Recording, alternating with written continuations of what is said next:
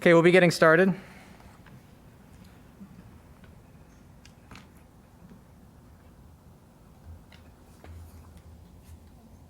Okay, good evening. We're calling to order the August 9, 2021 Lake Washington School Board meeting. Let the record reflect that all board members except Chris Carlson, who is absent and excused, are present. On March 1, all school districts began to hold in-person public board meetings. Attendees are no longer required to pre-register, but all attendees are required to wear a mask or face covering at the meetings of Lake Washington School District. There are some people in the audience tonight who do not have masks on currently. I would request that you please put a mask on. Sir, the two gentlemen who do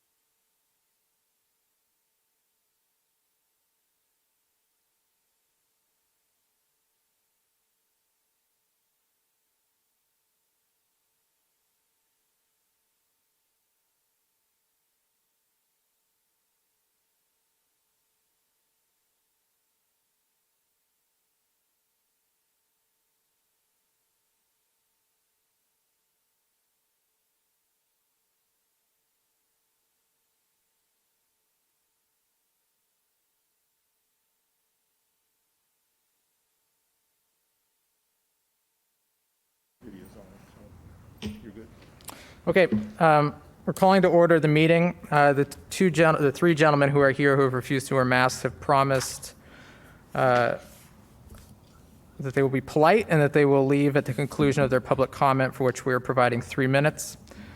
So right now we're going to briefly modify the agenda to have public comment at the start of the meeting.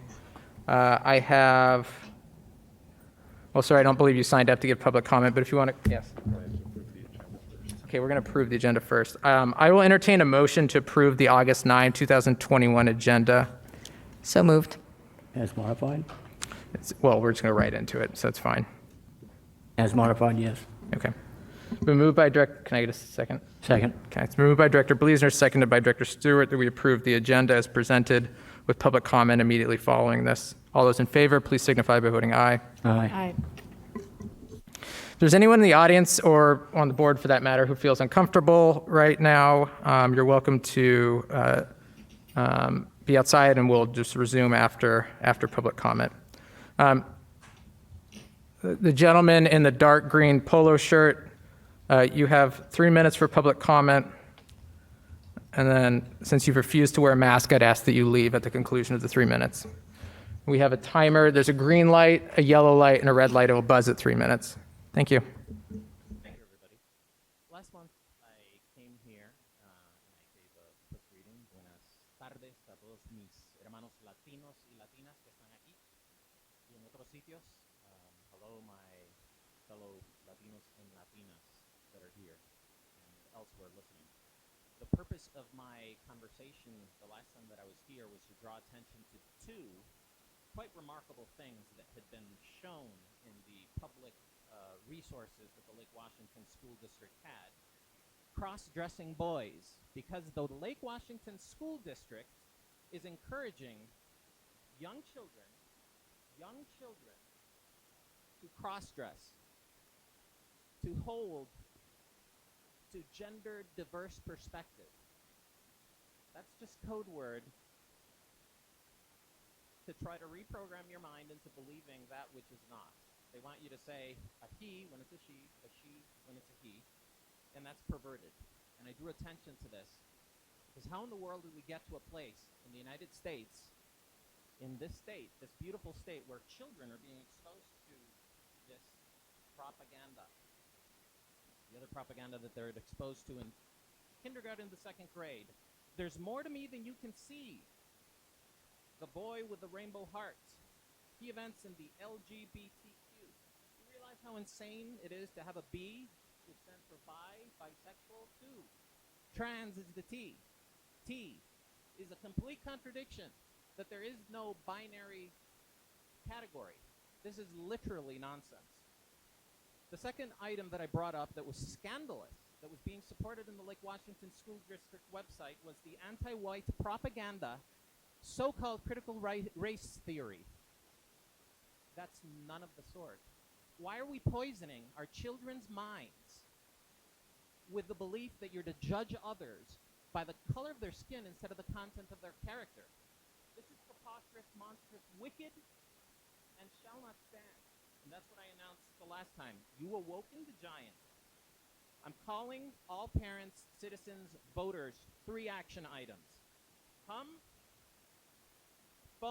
melt the phone lines, call each of these individuals, elected officials, so that they remove this content, demand that they remove it. It's the right thing to do. 2, contact your principals and teachers. Go to the school. Make sure that your children are not being poisoned with dangerous propaganda. 3rd, run for office. If people like this individual, let me see, Chris is not here. He's been here for 13 years. 13 years. And if you think the direction is in a positive direction, by all means, vote for them again. Otherwise, I encourage people to run for office. Thank you very much, ladies and gentlemen. May God bless you. Christ is King. Thank you, sir.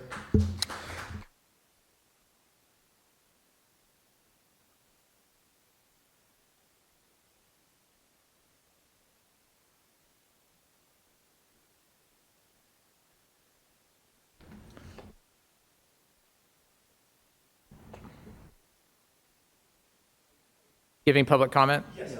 Okay. Thank you.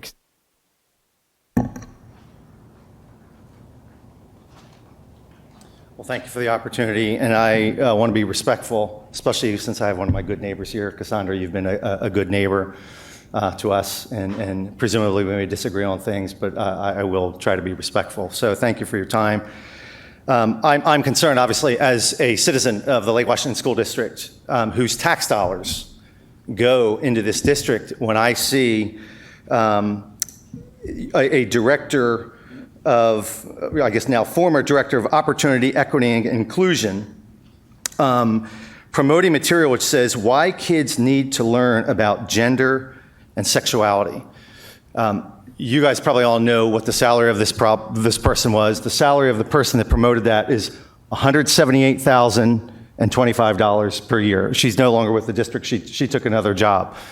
May I just say it's offensive to me that a person who is paid by my tax dollars would say such perverse and promote such perverse iniquity. And I know, all of us are encouraged to speak our truth. That's a phrase that's used a lot today. So I just want to speak my truth. And my truth is that this is wicked and it's perverse and it's not what God intended. But let's be clear. My truth, your truth, is irrelevant, okay? The only thing that matters is the truth, okay? And that's what I'm concerned about. So today, I'm going to invoke the name of the one who is the way, the truth, and the life. And I'm going to just pray to God Almighty. Lord, your word says, woe to you who call evil good and good evil. Lord, today I call heaven and earth as a witness to these board members, Lord, that they will agree with your law and call evil good, and call that which is evil, evil, and call that which is good. Lord, if they do that, if they choose right and good, and if they choose to honor your law, then God, I pray your blessing on each of these board members. Lord, if they refuse to obey your law, then I call heaven and earth as a witness against them to rain judgment on them, Lord, and to correct their ways so that their eyes will be open to the truth, which is your truth, which is the only truth that matters. Lord, I pray this in the name that is above every name, and the name to which every knee shall bow, Jesus Christ, King of kings and Lord of lords. Amen.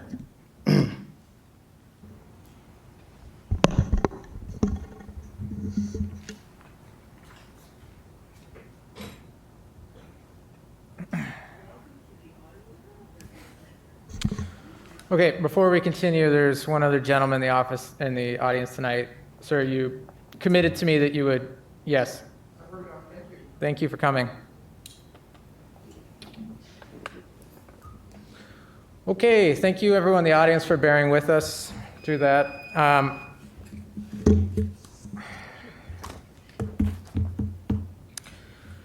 Just as a reminder, the board dedicates 30 minutes at these meetings to hear from the public. We do that even when members of the public refuse to follow the rules, the guidance from the governor and the rules of this meeting. That's how much we value public comment. And we thank all of those who come here and take time to provide public comment. Both in our meeting and through email, we received a significant number of email public comments in advance of the meeting tonight. And there are some folks also who are waiting to provide televised public comment. So I want to honor everyone who came here tonight to provide public comment and make sure. We typically devote 30 minutes, but we'll go over that tonight to make sure anyone in the audience who wants to give public comment has the opportunity to do so. If you want to provide in-person public comment, you must pre-register by emailing Diane Jenkins at djenkins@lwsd.org by 1 p.m. on the date of the meeting to attend a board meeting. You can also provide written public comment to the board by also emailing Diane Jenkins at djenkins@lwsd.org. These written public comments are compiled, distributed to the board, and posted on the district's website. In addition, you may provide televised public comment through the Microsoft Teams platform. By 1 p.m. on the date of the meeting, you can email Diane Jenkins at djenkins@lwsd.org, and a Teams link will be provided to you. We limit public comment to 3 minutes per person. For those in attendance, there's a stoplight behind Director Sage, green, yellow, red. Red means stop. So at this time, we will do televised public comment. We have 3 people signed up for tonight. Are they all? I see 2. The first I have on my list is Mr. Wu. It looks like, and you're on the screen as well. So, sir, 3 minutes, and we can see you, and I think we can hear you as well. Can you hear us, though? You're on mute, Mr. Wu.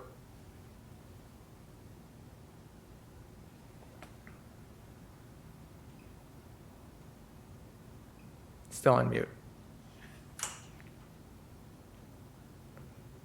You have yours on mute, so he can't hear. Can you not hear us? There you go. Mr. Wu, can you hear me? If so, it's your turn. If you could go off mute, and we're ready to hear from you. Can we send him a message?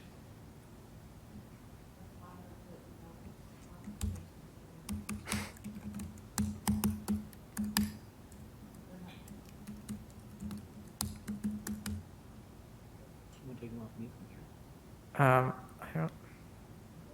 I think, is that my turn? Yes. Oh, okay. If you can hear us, you're Thank up. you. Yeah. I'm the first one. Okay, fine. So I appreciate the LWSD.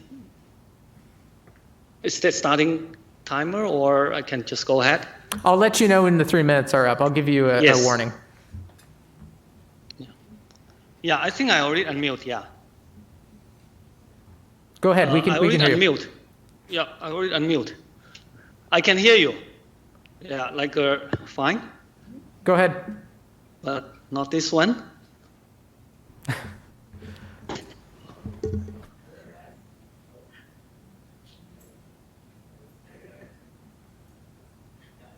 Oh, okay. There's quite some delay there.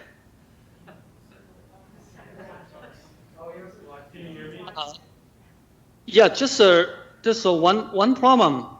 There's one problem. There's quite some delay there. There's quite some delay there.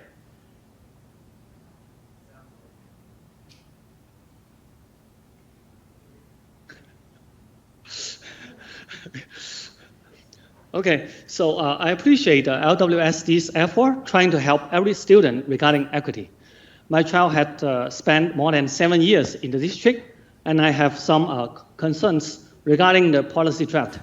First, the directive to the superintendent asks for results in equitable outcomes for students.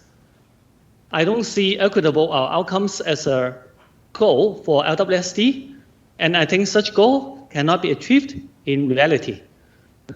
Similar to Olympics Games in Tokyo, education system should help students to realize their potentials rather than aligning them by results. There are many factors and inputs outside of LWSD control, and they can affect students' performance in academy and actual curriculum activities. Example, and siblings, students' personal preference, etc. With the complex model, I suggest the district focus more on growing every student's true capability instead of on the outcomes. I believe the district will get the best results get better results by identifying and fixing the right cause, but not the other way around. On the other side, the district fights against predictable outcomes, yet equitable outcomes means predictability. The above two are self-contradict. Please remove the outcome word and keep the opportunities word. Second, in policy background section, the first sentence claims there are existing discriminations on race, ability, religion, etc. Yet these factors are not of the same nature. Some are identities aspects like race, gender, and others are status aspects like income, ability. Even in the same identity group like Asian students, it's hard to judge which student might need more help or not. Please add an action clause to prevent treating students differently by their identities.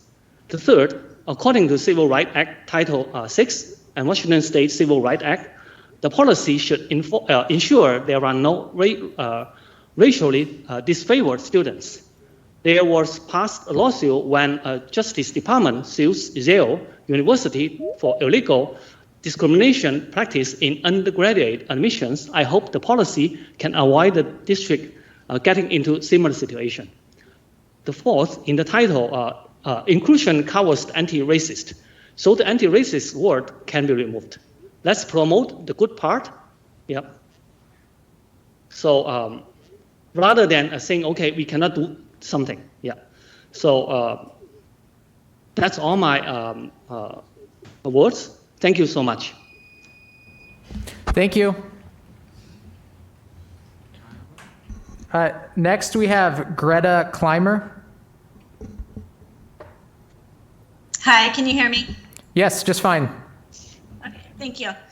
My white daughters have been loved, advocated for, and given access to every opportunity by the community, teachers, and school administrators in Lake Washington School District. They've thrived. Stories from children and families without racial privilege make it clear that not everyone in our district is thriving. As a school board, you can create equity policy to correct that. All children, including children with racial privilege, have everything to gain with a robust, ambitious, anti-racist equity policy. All our children should see adults being courageous and working to dismantle white supremacy. Our children should see students of color having the same love, advocacy, and access that my privileged children have had. Our children need to look up to and learn from teachers who look like the global majority. School board directors, it turns out that you are teachers too, and our children will be learning from your example as leaders who either choose to own their role in dismantling white supremacy or being complicit in upholding it. I ask you to choose to be uncomfortable, to be brave, and to be bold again and again. White supremacy contributes to perpetuating every national and global issue, whether it's COVID-19, poverty, the climate crisis, mass incarceration, houselessness, or a myriad of other monumental challenges. We have an opportunity in our community to create a school district that graduates children equipped to solve these very problems because they've been part of an educational system willing to struggle, willing to risk failure in order to do better. An educational system willing to fight for and deliver equity. I'm not an equity policy expert, and neither are you. Work with experts. If you choose to not turn to experts, you're choosing to uphold white supremacy, and that is problematic. We have so few Black families in the district. They are experts. Pay them to consult and tell you what they need. Work with the Equity in Education Coalition of Washington.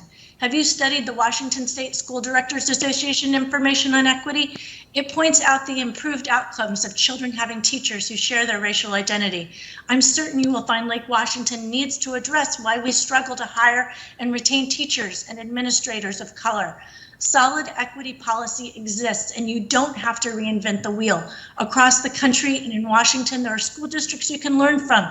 Talk to Renton, to Bellevue, Shoreline, Seattle, or even just cut and paste from their best work. This isn't the SBA, and it's not cheating if it works to increase equity. If you think you don't need to do this learning, you're in denial.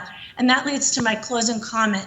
Do your work as individuals. Each of us with racial privilege needs to do deep work on our own racism. We've all unintentionally upheld white supremacy. Sometimes it's been by staying silent rather than amplifying the voices of people of color. Often it has been in not even seeing where racism existed. You cannot provide equity if you can't see inequity. Let's be students ourselves and do our own work so we can give all our kids an equity foundation for their educations. Only then can Lake Washington be a school district where every child can thrive. I and others are here to support you every step of the way. Thank you very much. Thank you very much for joining us tonight. Thank you. Thank you for joining us tonight, Ms. Clymer. Next, we have Tao Sun. I let him into the meeting. She. And no longer on. Okay. No, they're no longer on the Teams meeting. if anybody knows Tao Sun, if they're able to rejoin the meeting, we're happy to hear from them if they have a moment. Okay, we'll move on to round 2 of in-person public comment for tonight. The first person I have signed up for tonight is Tim Saint. Did he? Oh, is that the gentleman? I see. We can cross him off the list then. Okay, next I have Adam Coleman. Oh, Mr. Coleman, sorry, false start. Somebody just joined the virtual meeting. I'll try that again. Tao Sun, I see that you just signed into the meeting. Are you there? Hi, thanks for the opportunity. So mostly I agree with what Sean said. I just want to add one thing. In the clause of 14.4, it says appropriation regulates expectations. I think the word of appropriate is very vague. So it's not well defined, and I'm worried like it will result in lower the standard for students. So I would suggest remove this vague word, or like clarify the definition, or like we can just confirm like the regular standard will be maintained. So to ensure like all the students will really achieve what they are expected for. So, thank you, Ms. Sun. Thank you. If you would not mind, before you go, if you would not mind, it would be helpful for the board if you could also email your comments to the board at the email address is boardmembers@lwsd.org. If you have a moment, if you could just type up your thoughts too and send it as well. That way, it's easier for us to access it. And thank you for joining us tonight. We already heard from him. Okay, Mr. Coleman, thank you for your patience.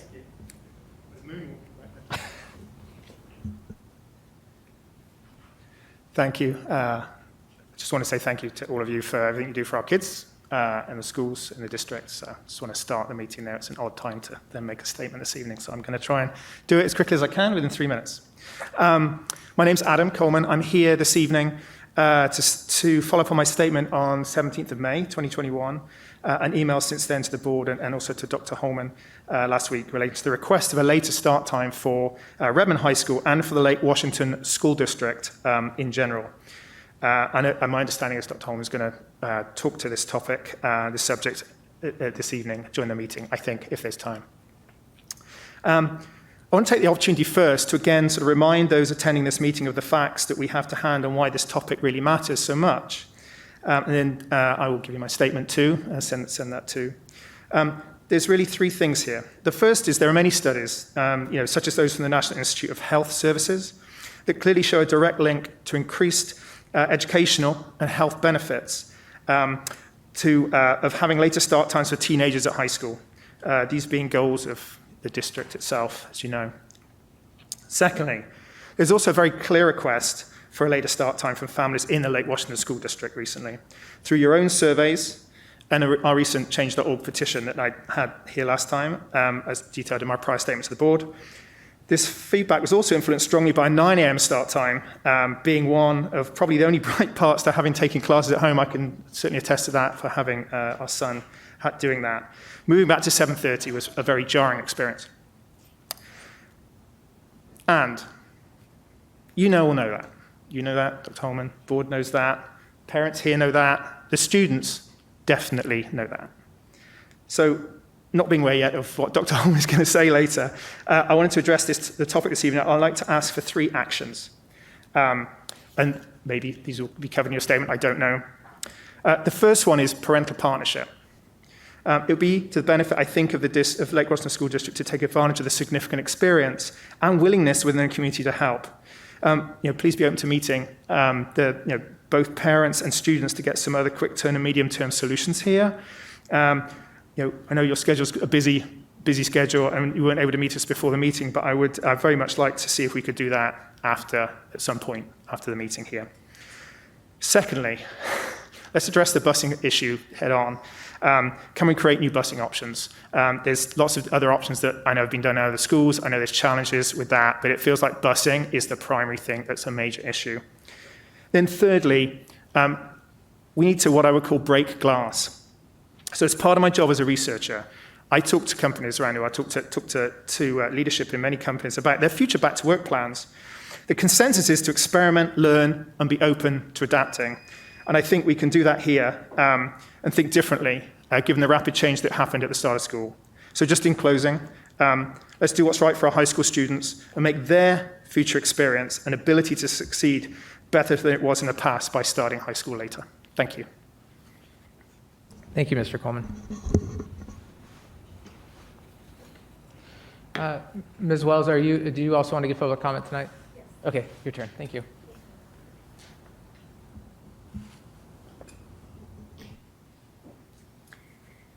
Hello, I'm Natalie Wells. I am a parent of 2 high schoolers now, and I'm here to discuss the same issue of start times. We've been here before. The district has dealt with this before. I wanted to tell you a little bit about my experience with my older daughter, who is a senior, going to be a senior this coming year, and watching the difference in her ability to handle the day, every day, when I pull her out of bed at that early start time. We drove all of high school because the bus was too early, and I could buy her 20 minutes, and that was critical. There's enough, as you know, drama and challenges in high school that lack of sleep simply sets them up for a much harder way of dealing with whatever's getting thrown at them. And then I read the science, and then I read all the work that the district has done with the researches, and I just was wondering why we haven't done something already, and which is why I'm on the bandwagon now. So we have heard the science. I'm not going to repeat it. You guys have looked into it, and there was research. And then in 2019, at the end, it sort of got dropped as we're not going to do this right now. And I could not find any specific information on why. So my questions for today are, I would love to just hear the position of the district on whether this is something they believe is the right thing to do, or they disagree. If the former, we have a great common starting point. And like Adam said, we want to partner. There's a lot of people in the community that are willing to help. We just don't know with what, because the third point is we don't know what the issues are, the issues that are blocking progress in the space. I know Adam mentioned buses, and I understand that there's an issue there, but if you talk to people, they'll bring up all sorts of other things. It feels like an onion, right? Well, what about this? Well, we could resolve it this way. And what about that? We could resolve it that way. And this is one of the reasons that we requested a meeting with you, Dr. Holman, to just really clearly understand the issues so we can all get behind the same onion and start peeling together. So we're here to help. We're passionate about this. We want to help our kids. We hope that you'll partner with us. Thank you.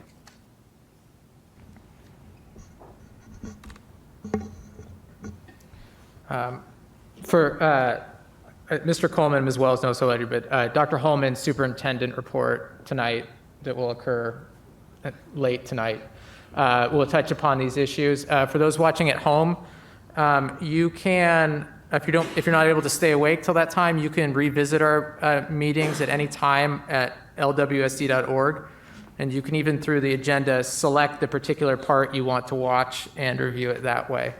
And then we welcome any feedback by email at board members at lwsd.org. Thank you for coming again tonight.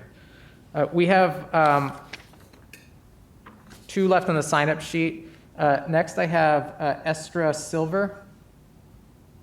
Thank you.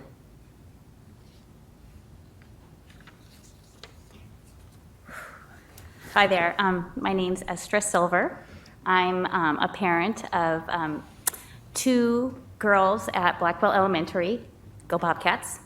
And I'm here today to talk about opt-in outdoor lunches.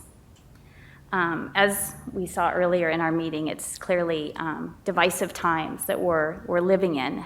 And I just want to start with some facts that hopefully we all agree on. Our pandemic continues. Our COVID numbers around the country are going up. We have a variant that has been considered more contagious by 60 to 200%. And kids in elementary schools that are under 12 are still unvaccinated. Excuse me.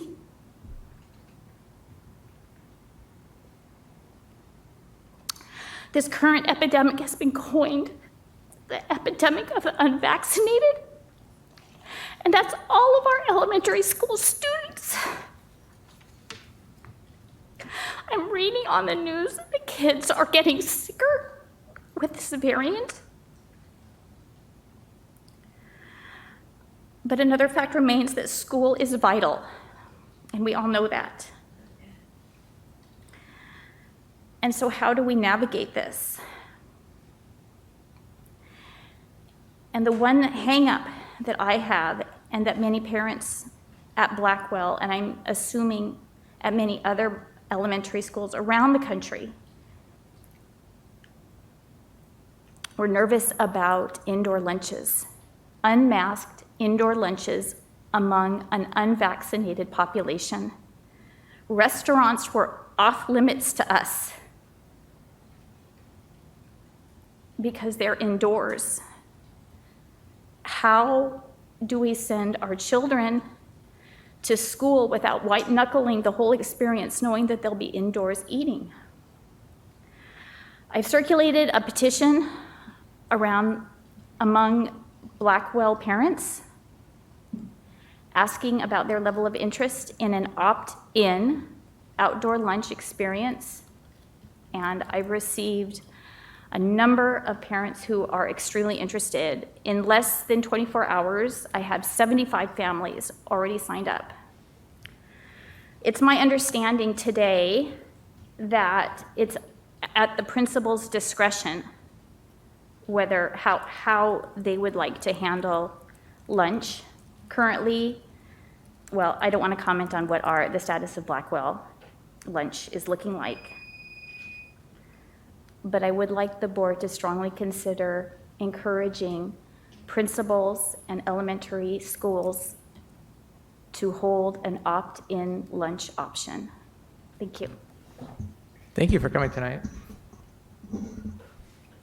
Next on our signups, I have Linda Yang. And that, sorry, Ms. Yang, just one moment. That's the last name I have on the sign up for tonight. Is there anyone else in the audience who would like to give public comment tonight but did not have the opportunity to sign up? Okay. I see that, yeah. Okay, Ms. Yang, thank you. Thanks, Lake Washington School District Board members. My name is Linda Yang, and I'm a Lake Washington School District parent. First of all, I'd like to thank the board for meeting our community members and reflecting some of our concerns in this draft of the equity policy. I'd also respectfully suggest some changes. First, I would suggest the board to remove anti-racism from the policy title. Singling out anti-racism in the policy title and listing it at the front sends a message to special needs kids, to LGBTQ kids, and to many other kids that they are not important in this policy. We understand that race is a very hot topic right now, yet the first priority of our school is to serve every single one of our students. All students' interests and needs should be the focus, not just addressing the current political climate, which will, of course, change over time anyway. We feel that a more long-term and inclusive approach would be better. In the board's June equity policy study meeting, an associate superintendent talked about the importance of teaching history to combat racial injustice. He mentioned the history of Black African Americans, history of indigenous people, yet he forgot and failed to mention history of Asian Americans. More than 30% of school district student body is Asian, yet those students did not come to his mind. Then last month, at the board's July equity policy study meeting, a board member said, quote, "The word race doesn't just go to African Americans or Latinos or whatever. Asian students fell into the whatever category in this board member's mind. He has been on the board for many years, yet he could not remember the second largest racial group in the district." This year, the school district compiled a flyer for the Asian American History Month. In that flyer, a personal opinion piece from 2017, which falsely portrayed Asian Americans as anti-blackness, was listed under present-day issues, including racism and stereotype. Imagine the amount of hatred toward Asian students if teachers and students are taught and made to believe that false claim.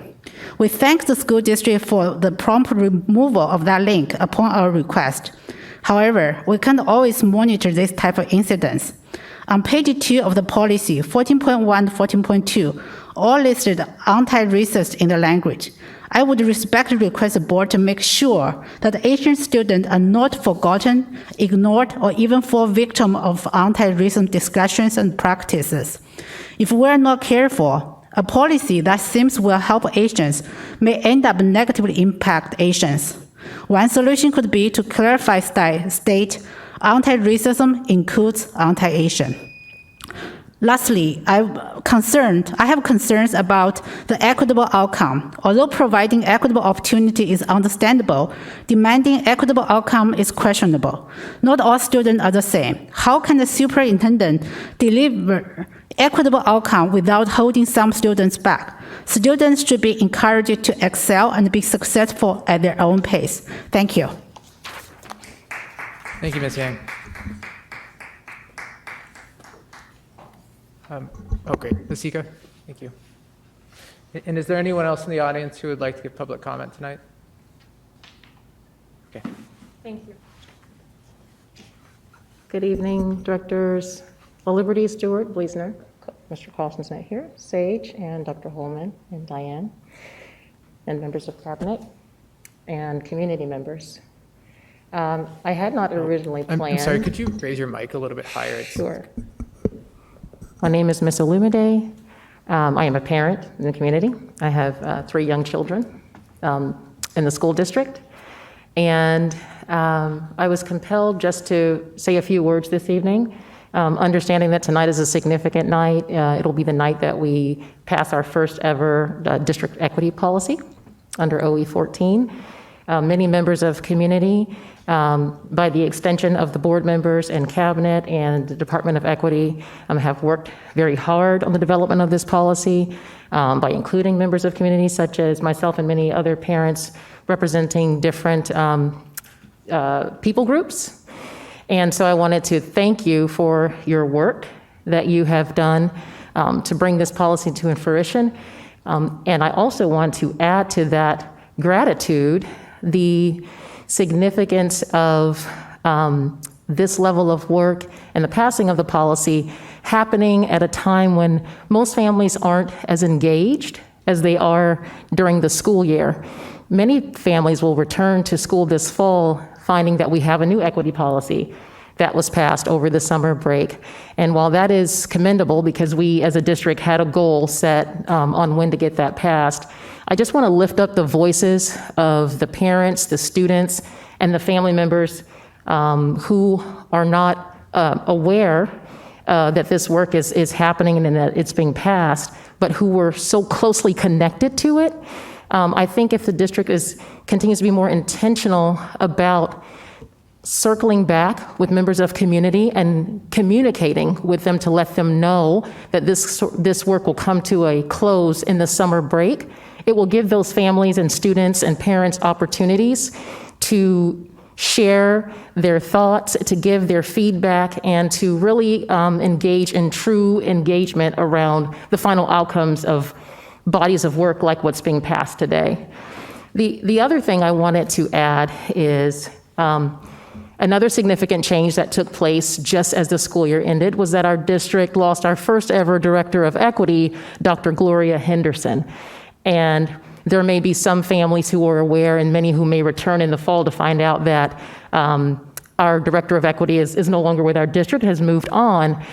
And we all understand that in careers, directors and administrators come and go. I think the significance around this is that she was not only a person of color, but an African-American leader in the community. And I know my time is up, but I will wrap this up.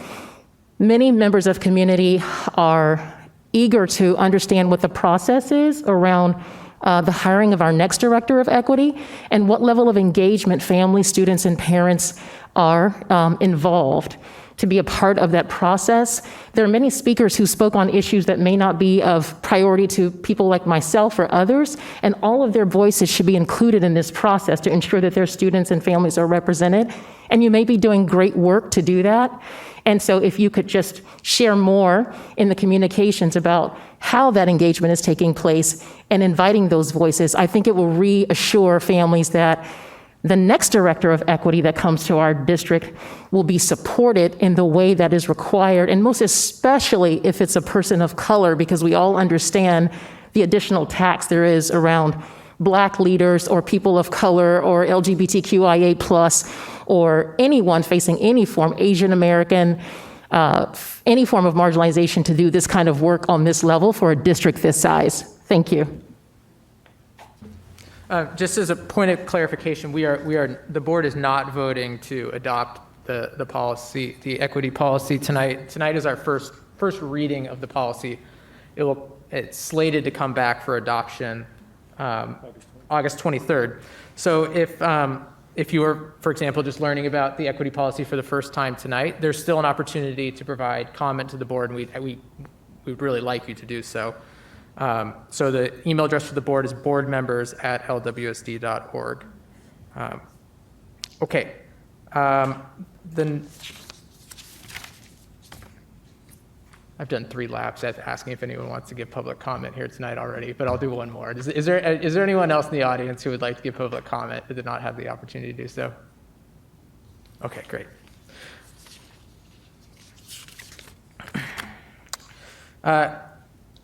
The next item on the agenda is approval of the August 9, 2021 consent agenda. I will now entertain a motion to approve the consent agenda.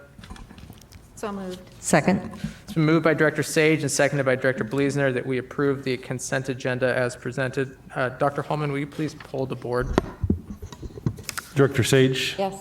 Director Bleasner? Yes. Vice President Stewart? Yes. And President LaLiberty? Yes. The motion carries. The next item on our agenda tonight is the first time that we've added a student voice section to the agenda, and I want to thank those who participated in the video that we'll be showing next. It runs about 20 minutes. We'll be streaming it. If anyone has any trouble viewing it, we can also post a link to the video in our. The link is available already on Board Docs. It is. Under this agenda item, the link directly to the YouTube video is there. Great, excellent. So we'll be playing that this video. It's entitled "Students of Color Speak Out." It was produced by current and former students of Lake Washington School District, and we thank them for sharing their voice, being willing to share their voice, and have this played at our meeting tonight. So we'll play that now. It runs just over 20 minutes.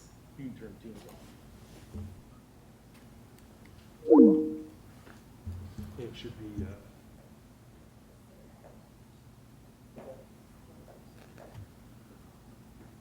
There it's open. I see it. There you go.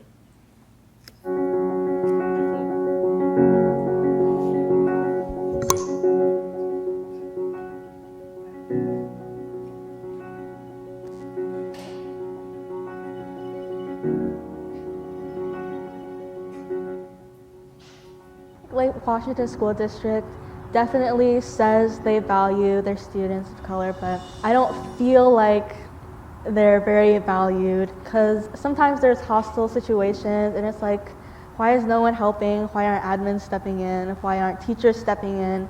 I don't feel like our school values BIPOC students. I think a lot of the time when BIPOC students are being recognized, it's for the school district to appear better than it is. It's kind of like being a poster child, you know, for the Lake Washington School District. Going through speech therapy and having to speech therapists and being in the special ed classrooms almost all day and being bullied because of race. The school district does a good job of just focusing on the people in a certain range of normal. Everybody else has to figure out on their own. I feel like everyone's personal experiences do matter, and they need to be addressed regardless, big or small, who you are, what your race is, your gender, your sexual orientation. They should be addressed.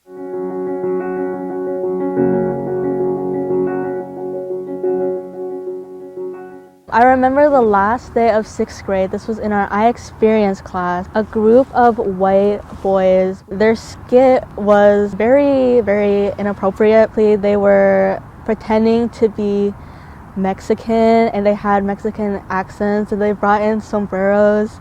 They also pretended to be maids because they were pretending to be Mexican, which was so appalling to me. And then they also pretended to be Chinese and had an accent, and I was sitting there so confused why the teacher wasn't doing anything. And I looked back at the teacher and he was just kind of looking at some papers. I knew he saw what was happening, but he didn't act upon it. So after their skit, I was like, hey, that is not funny. I don't know why you think that's funny. I think it's really important for students to be called out on their actions. We're taught to trust adults like from a young age, but you know, when in school sometimes we need our teachers to be there for us, to intervene, and they're not there. It kind of breaks the sense of trust. So people constantly make a stereotype of saying all black people are strong and big or fast or athletic or have big reproduction organs. A student called me the N-word to my face in front of basically the entire class. Teacher heard it and everything. Nothing was done. Of kind of feeling like you're a chicken in a room of squirrels. People look at you comparatively different enough to see that they almost don't treat you like human anymore. One particular teacher who was a white man over the course of at least 5 years would constantly say the N-word in class. And when he would say it in class, he wouldn't say it once and leave it. He would say it 5 times in a class period. Would constantly get reported. And students were told that the reason that he couldn't be fired was because he was part of the teachers' union.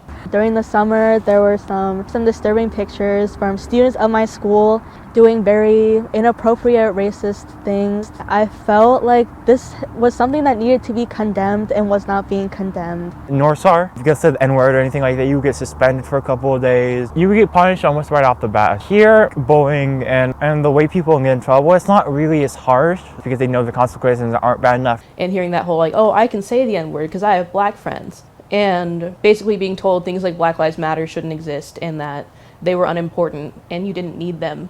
And that if I really wanted to succeed in life, maybe I should do it myself instead of leaning on the fact that I was black. I heard that a lot, which is just super unfair because as a white person, of course they can say that. They don't have to worry about things like that. They don't have to worry about discrimination on the basis of race. Things like bullying aren't really able to be caught easily because they're generally done on social media. And then the stuff you see in school is generally the tipping point or the boiling point of all that stuff on social media.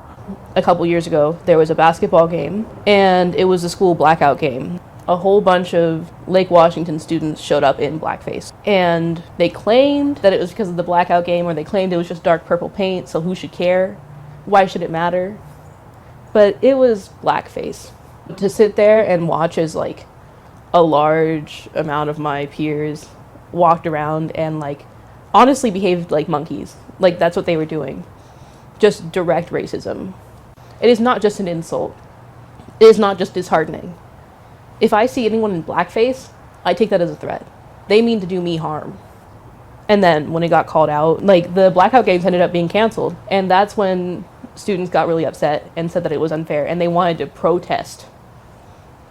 So here you have all of these students coming in saying they're going to protest against anti-racism because these white students feel like they have been cheated out of something for once.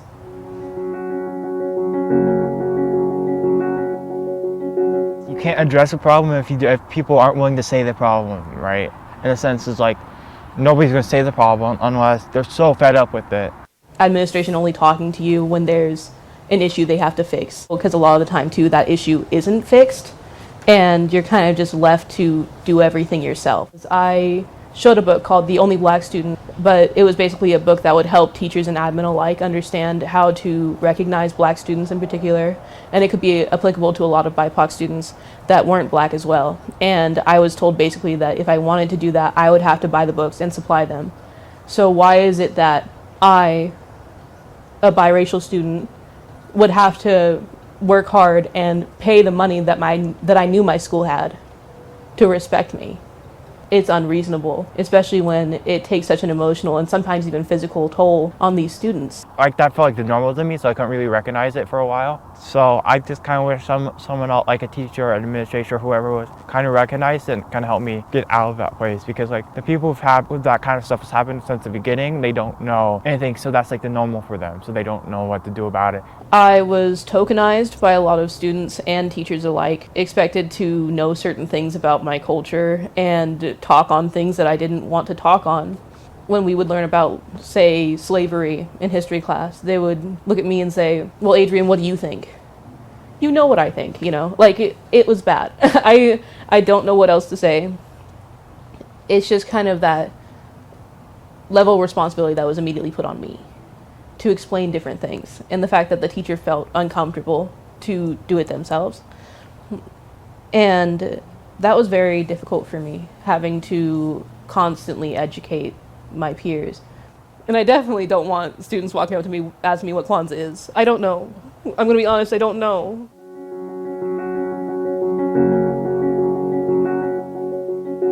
A lot of the time, it was left up to me to explain why something hurt my feelings or why something was detrimental to me. And a lot of the time, my white peers wouldn't get in trouble. Watching a large amount of, I guess I would say, like coddling of white students, and having to kind of sit back and feel like nothing was being done for me. My parents always told me, I really don't know where they got this. They said, if you speak out against teachers or principals or other students, you're not going to get into college. And I was like, oh. So, you know, I just listened to them up until last year. I was like, this needs to be done. I cannot sit back. I cannot, just be quiet anymore. When a student came to me and started getting in my face and telling me that I shouldn't be proud of being black, and that Black Lives Matter, the whole system shouldn't exist, and that black people were being too greedy, I told them that they were being ignorant and that it was racist what they were saying. And I got very, very upset, and I got pulled to the side and told that I needed to calm down. And then I got called into the principal's office and was basically expected to apologize. That was really difficult for me. In that moment, I expected the administration to make the student take accountability and to recognize that they were at fault. But in the end, it turned into the white student crying and then me being expected to accept their apology.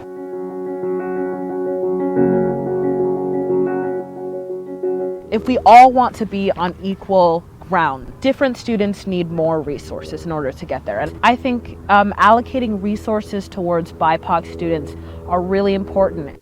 Hiring more staff of color. It's important that students see a representation of them. So up until junior year, I never had a teacher of color ever. They were all white. My first teacher of color ever was Miss Crystal Vespera. She teaches AP Lang at Eastlake High School. She's so amazing, and she's the first teacher I've had that's really emphasized Black Lives Matter. Her being someone that I could relate with was something so meaningful and empowering to me. I think it's kind of difficult in Lake Washington with so many staff, admin being white and can't relate to our experiences. Racism is a mental health crisis. I know students, they may not feel as comfortable coming to their regular student counselor as it doesn't pertain to them. They may not be able to relate, so they just bottle it up and keep it inside. And I deal with problems with bullying and racism. I was probably depressed at like 7, honestly, because I didn't have anybody to talk to. I wish there was a way for people not to have to go the experience of having to feel alone like I did. I never talked to my counselors. She was a white lady. She was great, but she wasn't someone that I could talk about the things I was going through because she wouldn't understand. Regardless who you are, what your race is, your gender, your sexual orientation, going to someone that looks like you, it makes it a lot more comfortable for that student to do. You have this incident with racism with another student, right? And you don't know that counselor. Like, what person in their right mind would be comfortable to say, hey, I had this problem happening. I don't know if you experienced this or not, so I don't know if you can deal with it or not in some sense.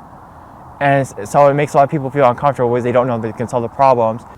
Hiring some sort of mental health specialist or counselor who is a BIPOC individual who may have dealt with microaggressions, discrimination in the past, big or small, so they can feel comfortable coming and talking about these issues and feel like it's really getting addressed and not just being brushed off.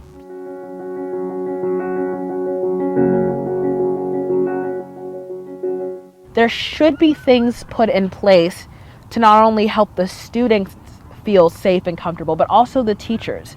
Teachers are probably, on eggshells, and the mental health of teachers is something that needs to be addressed. I feel like a teacher may be scared because they feel like the district won't back them up or their school admins won't back them up, which I feel is, quite unfortunate. So I think having a sturdy admin and staff that will stand behind teachers and creating a space for them to speak out on these situations is the best way for a teacher to feel comfortable.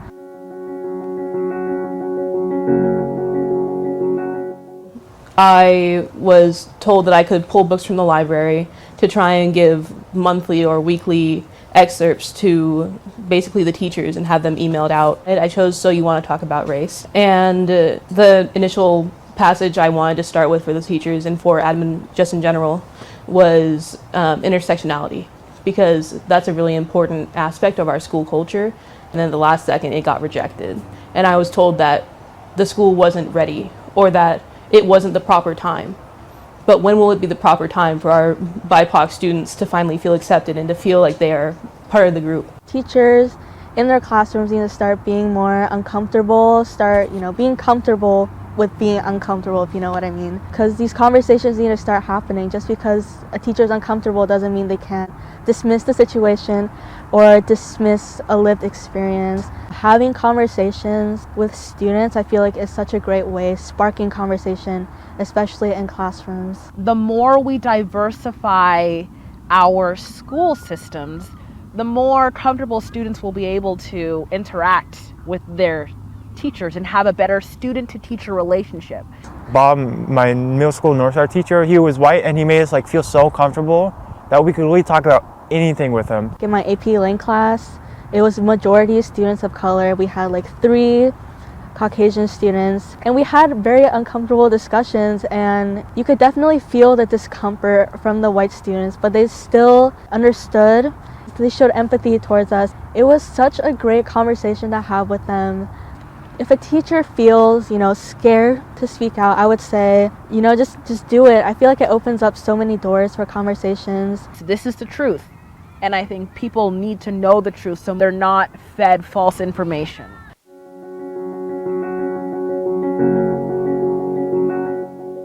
This is Toronto. She's no longer at Lake Washington High School, but when she was there, she was there. And she would invite Black students to come to her office and talk to her. And she would open that door so that they felt comfortable and well received. And a lot of us didn't get that from other people, Not to say that it was necessarily their job to constantly be checking in on us, but it felt nice to have someone do that for once, instead of having to seek out the help yourself or even just not get help at all. Miss Crystal Vesper, I give my credit to her as I find my voice, because I felt like I didn't have one before that. And from an Asian teacher to an Asian student, I was like, wow, she has a voice. That could be me. Mr. Verbanek, love that man. Never made excuses for the actions of other people, nothing like that. He would listen, and that meant a lot to me. Sorry. Mr. Terridge as well, always there for me. Made sure that me and my brother, who went to school at Lake Washington before me, were okay and that we had everything we needed. And I really appreciated that, because a lot of the time, all that you ask for is to be accepted and recognized. And I feel that's really what I got.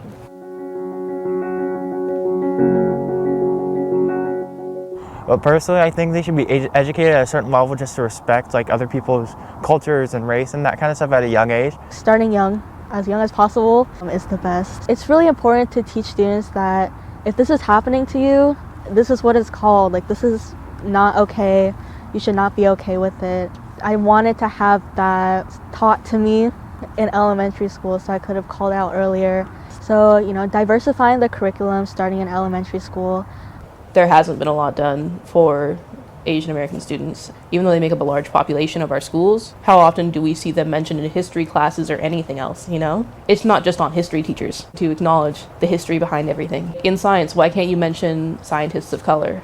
There's so many more things that can be done. Why are students in our schools still reading Cry of the Beloved Country? It's written by a white person. It doesn't count as a diversity credit. It doesn't. In my class, we read Things Fall Apart. Mad Respect, written by a black man.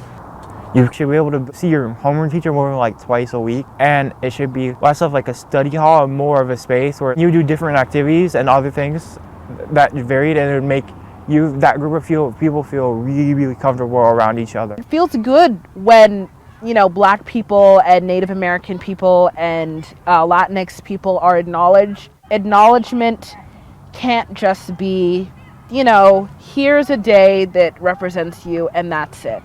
It needs to be continuous steps to take. What are things that we can do in our community to address these issues? How are students feeling? And I'm speaking broadly, but healthcare, the criminal justice system, how are African American and Latinx individuals being disproportionately affected? In terms of education, how much easier is it for a white person to graduate from a 4-year degree than a black person to graduate? And obtaining wealth, how easy is it for Black people to get a loan, to buy a house? What is redlining? How can we change our value system to make sure that we're truly equal in this country? These are questions that we should be asking, but often they will give us a day or a month and they'll say, oh yes, yeah, we'll acknowledge it, but we'll just do it to keep you quiet, just to know that oh yeah, we're doing something, but there's really no change being done.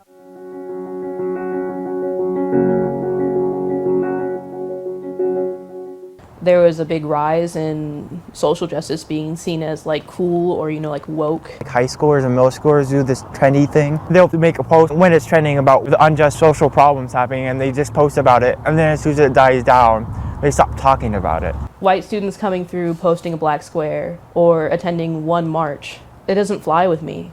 I'm not impressed because all those years that these black students have been working, they weren't there. For students who are uncomfortable, I think just saying what you feel and your experiences is a great way to learn and also learn about other people's experiences.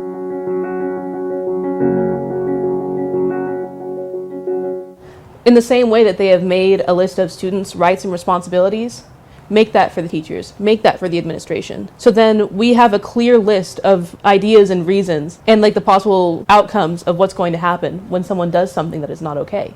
If students have that, then teachers should have that too. You very rarely saw black students in assemblies or at teacher events or anything like that. You very rarely saw them being given the microphone or the chance to speak. That's extremely disappointing. The school district really needs to highlight these people. There are so many in our school district who are darker skinned and are often put at the back or the back of people's minds. And that's not okay. We need to give these people the opportunity to talk. Mock trials? Mock trials. Let me tell you, I have seen the costumes that students have dressed up in. There were students throughout my entire high school career dressed up as Cleopatra and Chinese people. Chinese people. Deliberately racist. Went to the nearest costume store, ordered online, put face paint on and everything to imitate facial hair that is stereotypically and racistly associated with Chinese people. And then they get a better grade because they truly dressed up and acknowledged the character. I mentioned it at a staff meeting about diversity, and then after the fact I heard that certain teachers weren't happy about me mentioning it and said that they felt like I was attacking them. Well, guess what? That's a white supremacist narrative, to feel like I'm constantly attacking you for acknowledging the things that you have done to me and other people. That is not an attack. That's me giving you an opportunity to take accountability.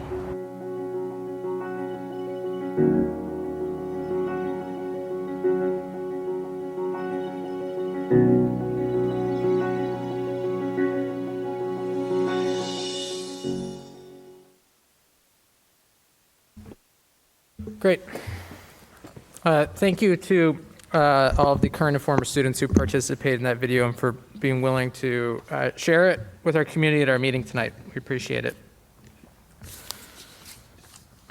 Okay, the next item on our agenda is on the non-consent agenda is the first reading of Operational Expectation Policy 14, currently entitled Anti-Racism, Equity, and Inclusion. Dr. Holman, will you please lead us through this?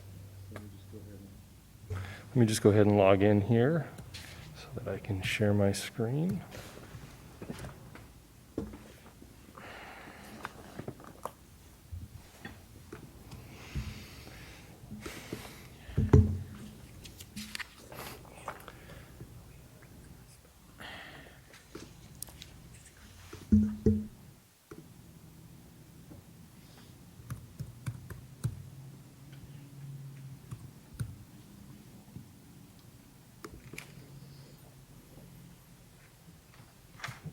It'll work, I promise.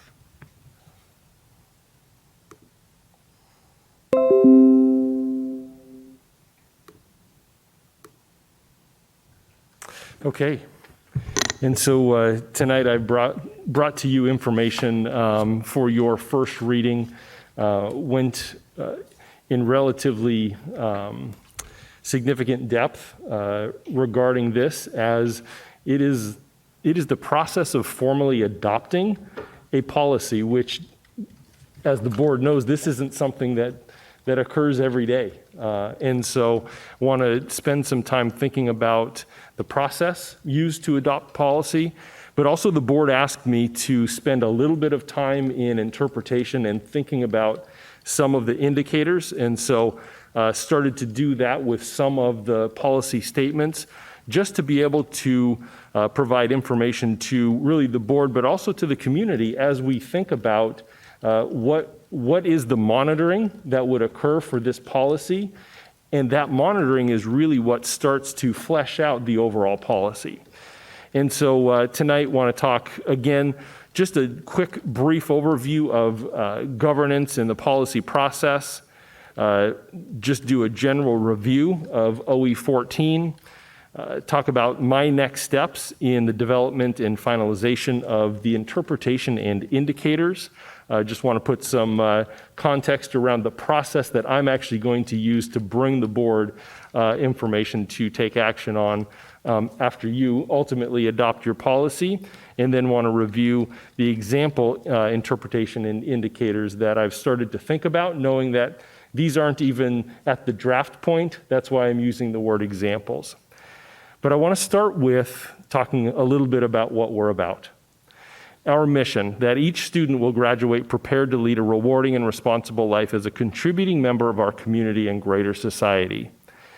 And as I'm sitting here tonight, hearing different comments from our community, hearing the voices of some of our students, and I was compelled to think about, who is this mission available to? Who is this mission about? It's about each and every student that attends the Lake Washington School District. Our mission is for every student. And how we reach this mission for every student is a different pathway for every student. And that's why when we think about ensuring that we have equitable systems, equitable instruction, that our students have the opportunity to access rich instruction, that they have adults in their life that provide meaning, connection. We heard some of those voices in the video talking about adults that really allowed them to connect to their school, even in trying times. And so our mission is about every student. And our vision that every student is future ready, prepared for college, the global workplace, and personal success. And for us, it's not about preparing and requiring students to go to college. Our job is to make sure that students actually have the requisite skills and experiences so that if they make the choice to go to a 2-year, 4-year, a trade school, into the military, that door is open to them.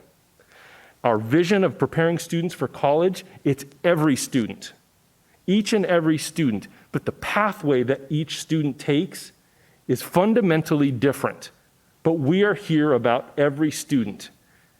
And the equity policy that we're talking about tonight is thinking about how do we make sure that the voices of our students, the voices of our families, the systems that we are applying to our educational system are accessible to every student and family in our school district.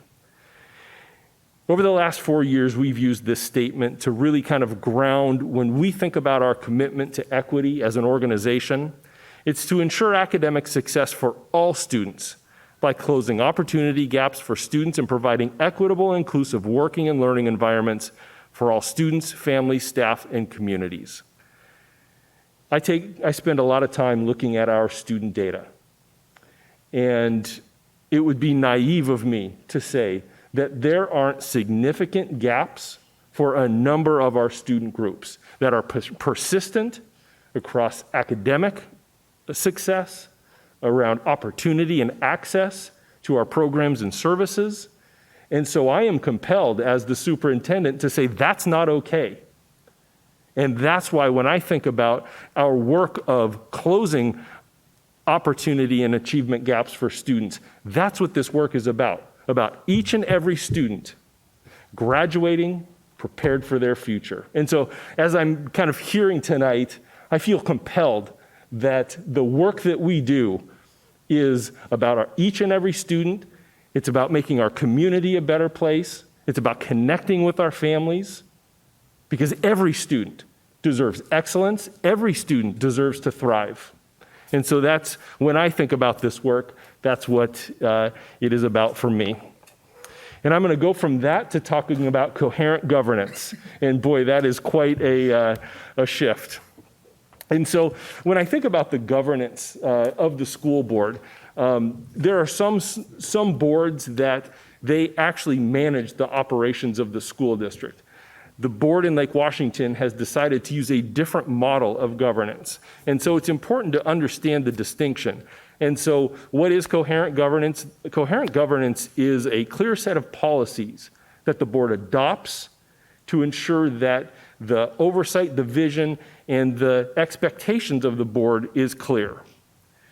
There's 5 different sets of policy that the board adopts, manages, and maintains to ensure that your role is clear, my role is clear, and your expectations are clear. That first is governance culture policies, which are the manner with which the board governs. The operational governance policies, which really is the operational work of how the board interacts with one another. The board superintendent relationship, how our relationship works with the board and me as superintendent. And then operational expectations, which is what we're talking about tonight. It's really the parameters that the board sets, the values that the board sets, that identifies how you want me to operate within the school district. And then the results policies. It's actually the ultimate set of policies for the boards, the expectations for student outcomes that the board has identified. The board also hires a superintendent to whom operational decisions are delegated.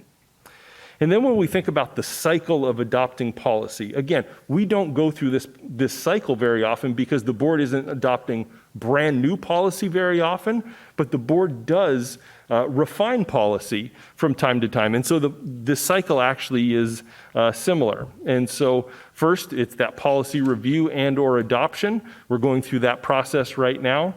And then the board says to me, interpret this and provide us with a set of indicators so that we know what to expect. And that's a back and forth process. My interpretation and the indicators that are identified are in alignment with what the board expects. I go through that process of identifying indicators, the board adopts that, and then we go through a formal monitoring process.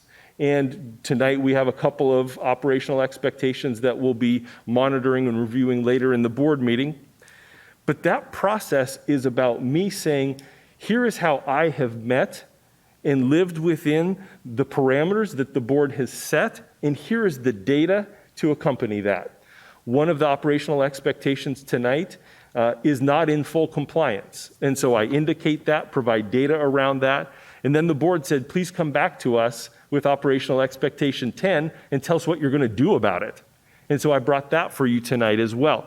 So that monitoring process really is the board evaluating the superintendent's work and the expectations that you set for me. You provide that feedback to me, both verbally and in writing, because it's about increasing the effectiveness of our organization to reach the results that the board has directed. And so tonight is the first reading of the current draft policy, OE14, Anti-Racism, Equity, and Inclusion in Education. There are a few distinct portions. This is on board docs under this agenda item right now, and so anyone in the community that is interested in it can download a draft of that and review it. It is also here. And so the first section of OE14 really speaks to the board's values. And to get to the point where we have this written statement, you think about the journey that the board has been on. Work together around identifying your common values. Work with the community to hear from the community, both initially around their experiences, but subsequently around a draft policy that then changes were made. The board has also been engaged in professional reading and professional development over the last year. And so this statement really identifies the board's values. Furthermore, the board goes on to talk about the background that this policy is based in, and talking about the educational systems. Some of that relates to that data I was talking about earlier, the persistent gaps that we continue to see in our data, where not all students are having the same level of success as their peers, yet they are absolutely should have access to the same level of opportunity and experiences as their peers. So the policy background speaks to the board's view of the background of the situation. And then you direct the superintendent to establish and maintain an inclusive culture for students, staff, and families that identifies and eliminates discriminatory beliefs, practices, and prejudices, and that results in equitable opportunities and outcomes for students. Furthermore, the board goes on to identify 11 discrete policy statements talking about the environments that the board expects, talking about access to opportunities and experiences in the school district, the expectation around rigorous learning and instruction for students, that our curriculum is both culturally responsive and inclusive, providing for the social emotional well-being of our students, that we have a highly qualified and diverse workforce, that we also ensure that staff receive ongoing professional development and learning in issues of equity, race, diversity, inclusion, and cultural responsiveness. And anti-racism. It's also about including the diverse perspectives of our communities. You've indicated that to provide culturally responsive and safe methods to address concerns, that families should be able to bring a concern forward without the fear of retribution for voicing that concern. That concern should be addressed in an appropriate manner. And so having a system that allows for that, that's clear and communicated to families, is a value that the board has identified. The board also indicates that ensuring that an ongoing collection, disaggregation, and analysis of data is critical to our commitment to equity. And when we think about our fiscal and human resources, the allocation of resources, that we develop and maintain a culturally responsive system that actually considers holistically the needs of our district and those not succeeding within our district. So that's the overview of the policy that the board has drafted, received feedback on, redrafted. I think my last version of OE14 maybe was at version 6, 7, or 8, because we've done a tremendous amount of work on this policy to get to this point. And so, Eric, I want to does the board want to have conversation now about the policy, or would it be helpful if I went through my entire review, providing some examples around indicators and definitions? I mean, I think it would be helpful to conclude the presentation first, and then we can have a discussion. Okay, and so I want to talk about some of the next steps as I think about finalizing my next step. And my next step really is, as the board adopts OE 14, potentially at the August 23rd meeting, that's when it will be on the board's agenda for action. For me, it seems appropriate to have an engagement process with a diverse group of individuals to help provide context and feedback for the definitions and indicators as well. So that I'm not just sitting in isolation, coming up with what I think, given my context, my experiences, my lived experiences, as the definitions and indicators for this policy. And so that's why you see that last bullet point there, that really, that means that I will be bringing back the final set of interpretations and indicators really in a September-October timeframe. We had talked about doing that a little bit earlier, but when I think about doing this well, with the voices of our community embedded in this, to me, that is the appropriate approach to getting this work done. And so thinking about some of the example interpretation and indicators, just to be transparent, there are some of these slides that have more information than we probably have time to go over tonight.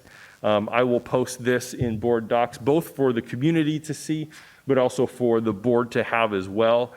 Should you have questions about any of them, happy to answer tonight, but I'm using the term example very purposefully, because I don't want to give the indication that these are draft or that they have had a stakeholder process to come to them.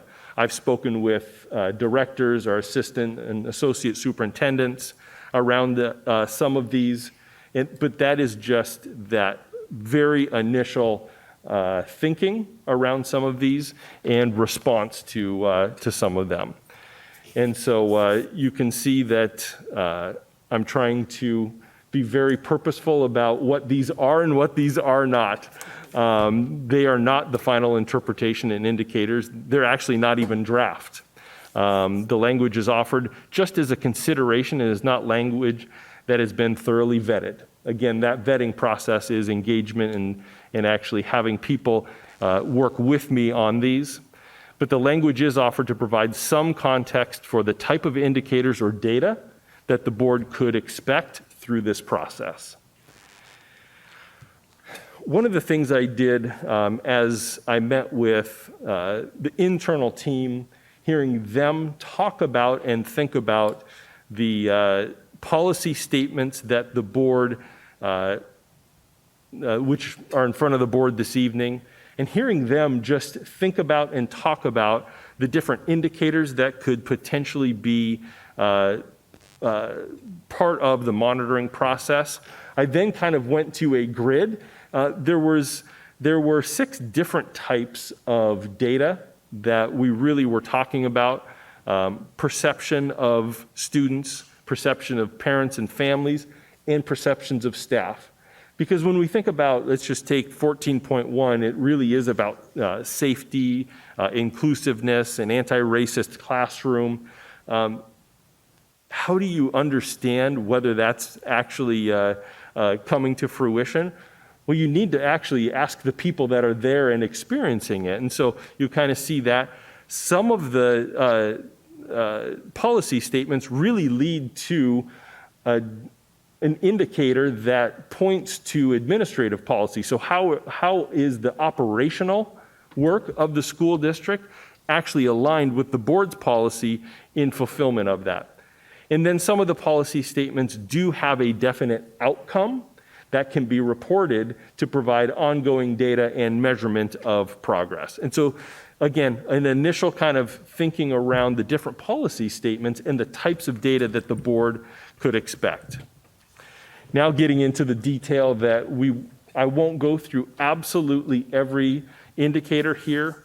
And to be honest with you, I'm more concerned about the example interpretation than I am the indicators, because it is through the interpretation of the board's policy that the indicators become finalized and connected. And so the example interpretation, the board, you saw this a couple of meetings ago for 14.1. I did a little bit of work around the interpretation in some of the other policies, but I believe each of the policies have indicator language embedded in them. So you can see here example indicators of 14.1. That's the policy statement of ensure students have an anti-racist, inclusive, equitable, welcoming, and safe school and classroom environment. So it's percent of students, both the all student category and disaggregated by other factors, that indicate that they believe their school is a place that reflects an inclusive, equitable, welcoming, and safe environment. And so you can kind of see there different indicators around students, staff, and families reporting about their experience and their perception.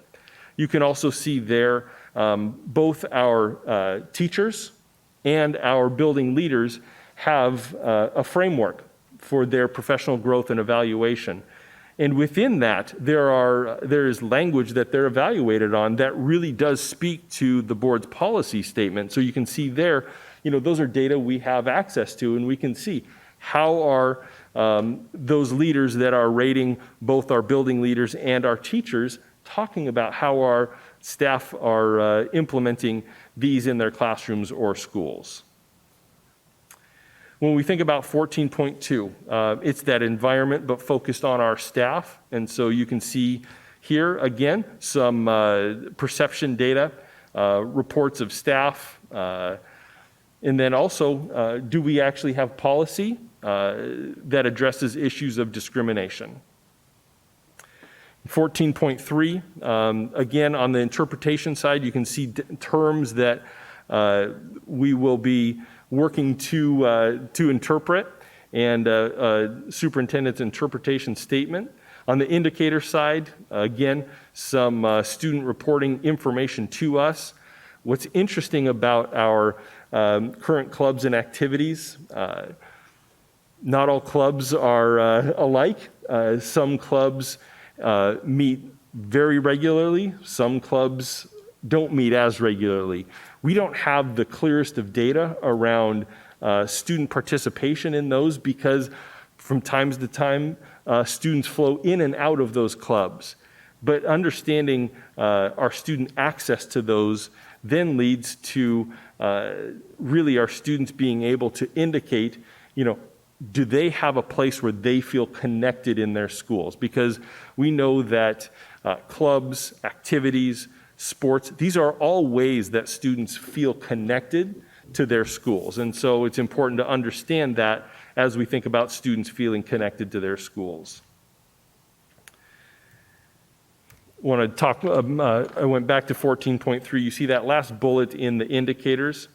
One of the statements in the policy is that to provide all students with equitable access to opportunities. And so we actually need to have a system and a process to be able to demonstrate that and to enact that. 14.4, ensure appropriately rigorous expectations for students and appropriate supports leading to student success. You can see here some example indicators, getting into the implementation of standards, a thorough assessment program, participation in some of our programs such as AP Honors, Quest, Choice, and CTE, the implementation of our instructional and leadership frameworks, percent of students reporting that they have access to rigorous coursework, because we may have students that could take a rigorous course, they have access to it, but they have chosen not to. And so getting some of that perception data from our students is important. Also, when you think about the policy statement, it then leads to also, do students report that they actually have an adult supporting them in their areas of need? And so again, it's that perception of students of, do they have an adult that they feel connected to in the school? Again, percent of students reporting that adults encourage them to take rigorous coursework. So it's that encouragement by the adults in the system. And that really is a secondary question. And when I think about a question that, a perception data point we might ask elementary students, it really is that percent of students reporting that adults encourage them to do their best. A very elementary type term, because that is what we would ask students. And then going into perceptions of families around access to coursework and support in areas of need. For 14.5, providing curriculum and instruction that is culturally responsive. Again, some perception data for our students, families, and staff. We also, through our curriculum adoption process, have a screening tool that allows us to essentially rate the curriculums that we're adopting on different elements of effectiveness, culturally responsiveness. And so applying that and actually documenting that over time to make sure that we actually understand and are adopting curriculum that are aligned with our values. And then when we think about if we want to have culturally responsive and inclusive instruction, our staff need training in that. And I know we have a specific policy statement around training, but when you think about curriculum and instruction, the success of our educators and their ability to implement maybe new practices, that is part and parcel with effective training. In 14.6, it's ensure a highly qualified and diverse workforce. You know, when I think about some of the indicators that could possibly be, just knowing the demographic makeup of our staff compared to our student demographic makeup helps us to understand what that connection is. Looking at when we think about a highly qualified workforce, it's understanding the percent of teachers and administrators that rate proficient or higher on their end of the year summary evaluation. When we think about retention, reporting out the percent of staff that are retained, 3, 5, 10, and 15 plus years in the district. Why did I come up with those? It sounded reasonable at this point in time, but Dr. Ross would give me a better set of data around those. And then when I think about the recruitment, it's about reporting about the partnerships that increase our ability to recruit a diverse and highly qualified workforce. So those were just some of the indicators I thought of for 14.6. And when I think about 14.7, ensuring that staff receive ongoing professional development, first indicator, the percent of staff that actually received the training, I think is an important indicator. Percent of staff reporting that they have increased their ability to provide a more equitable education for students.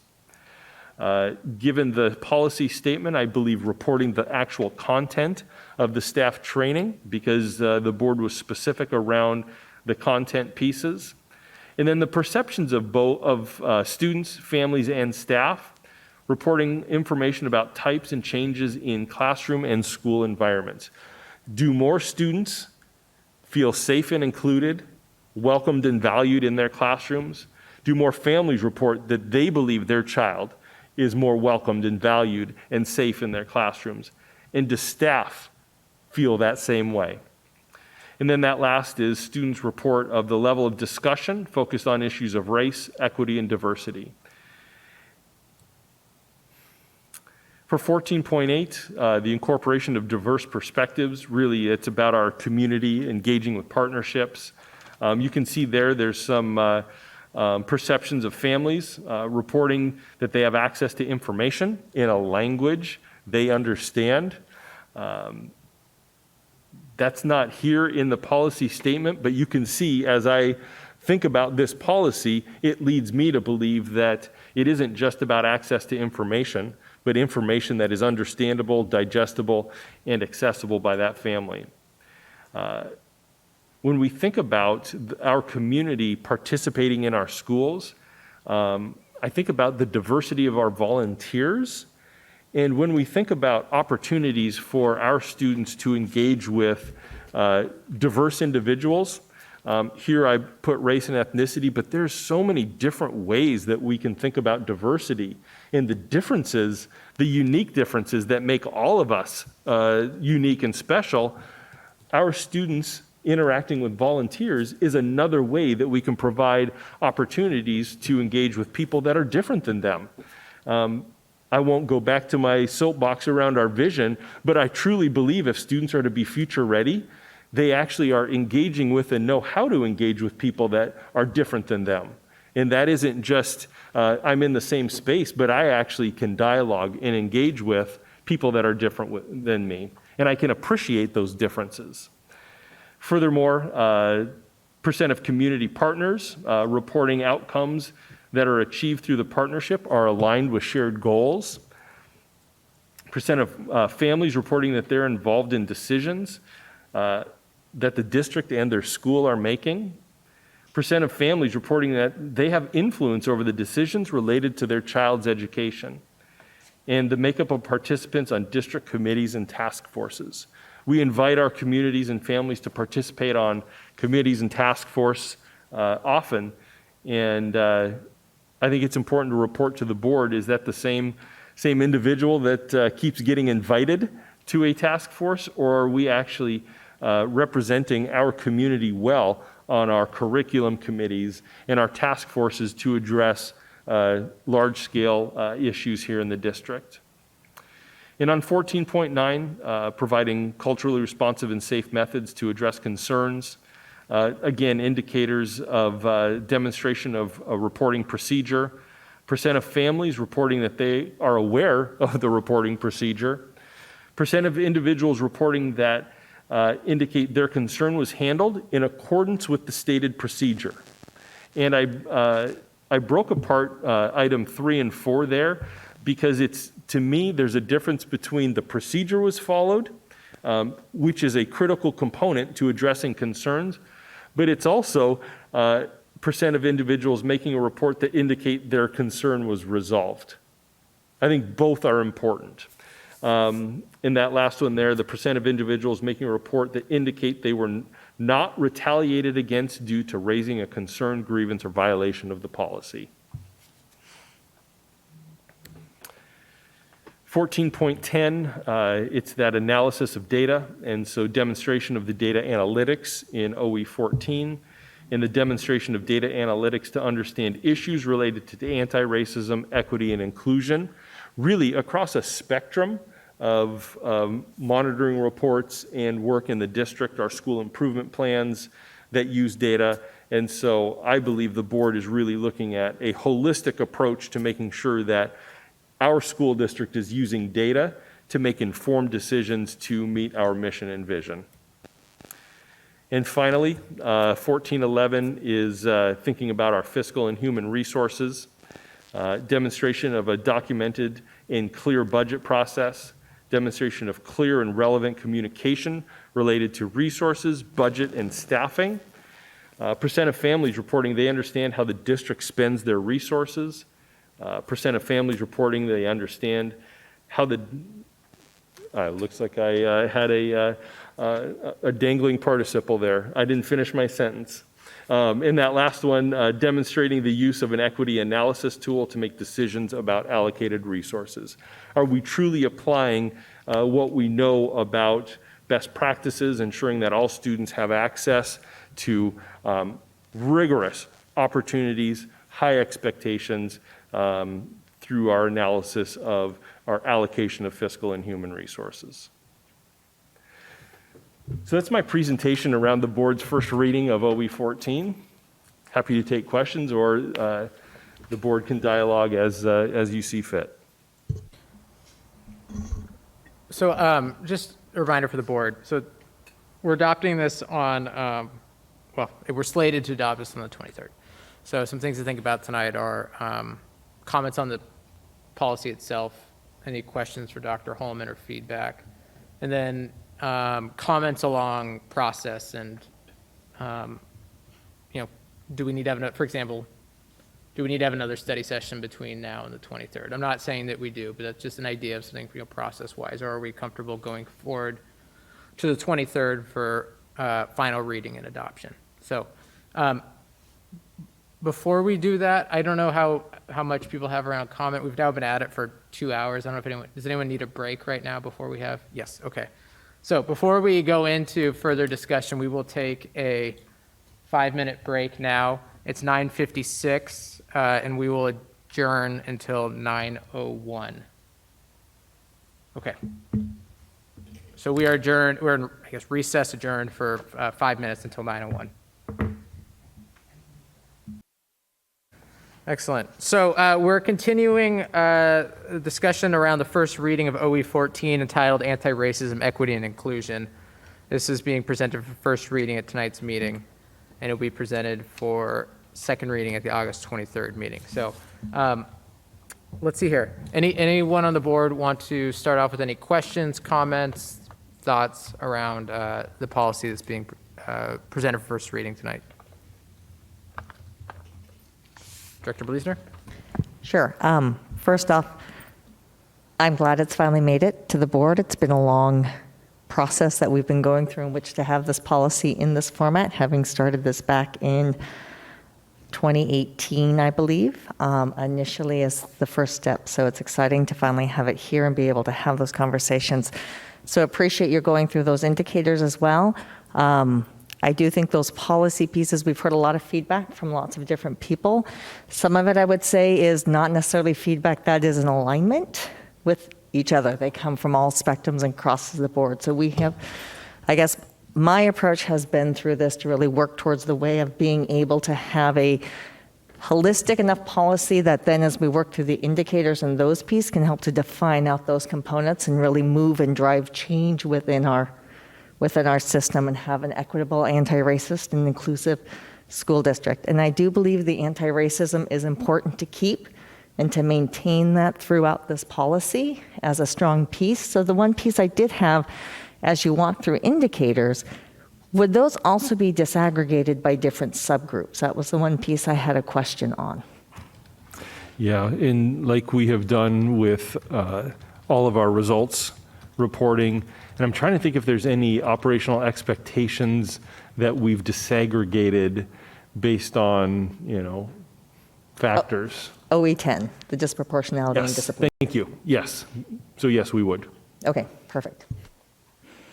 That would be my one piece, because otherwise things get hidden within there if we don't break those things out in that fashion. And in 14.1, you can see that it actually indicates that it will be disaggregated by, factors. And so, yes, that would be applied through the policy. Okay, perfect.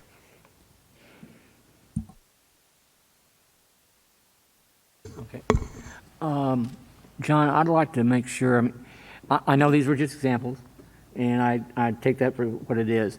There seemed to be a lot of specificity around certain issues in certain groups. Inclusion wasn't one of them. And maybe it's because we all feel that perhaps inclusion kind of covers the gamut, but I think that our, especially our parents with special needs kids, that's very important to them because they're not feeling included. And I don't want us to go away from this with any group of parents or students feeling their issues were ignored. And I know that wasn't your intention, but I'd like to make sure that we kind of keep an even hand with that. Yeah, thank you. When we think about inclusion, there's kind of two prongs to inclusion. There's, inclusive practices of, educating students with differing abilities and how we continue to provide and make meaningful and relevant opportunities to participate with their community peers. Right. And then there's kind of that sense of belonging when we think about inclusion. And so thank you for bringing that. Yeah. A good example, your CERT class we used to have at Ribbon High. My son was included so much, primarily because of the instructor and two other students, to be quite frank. But there were other times that basically he was pushed in the corner and told to color in other classes. So that's why I think what we're dealing with a lot of parents is that just because they're in the room doesn't mean they're being included. Thanks.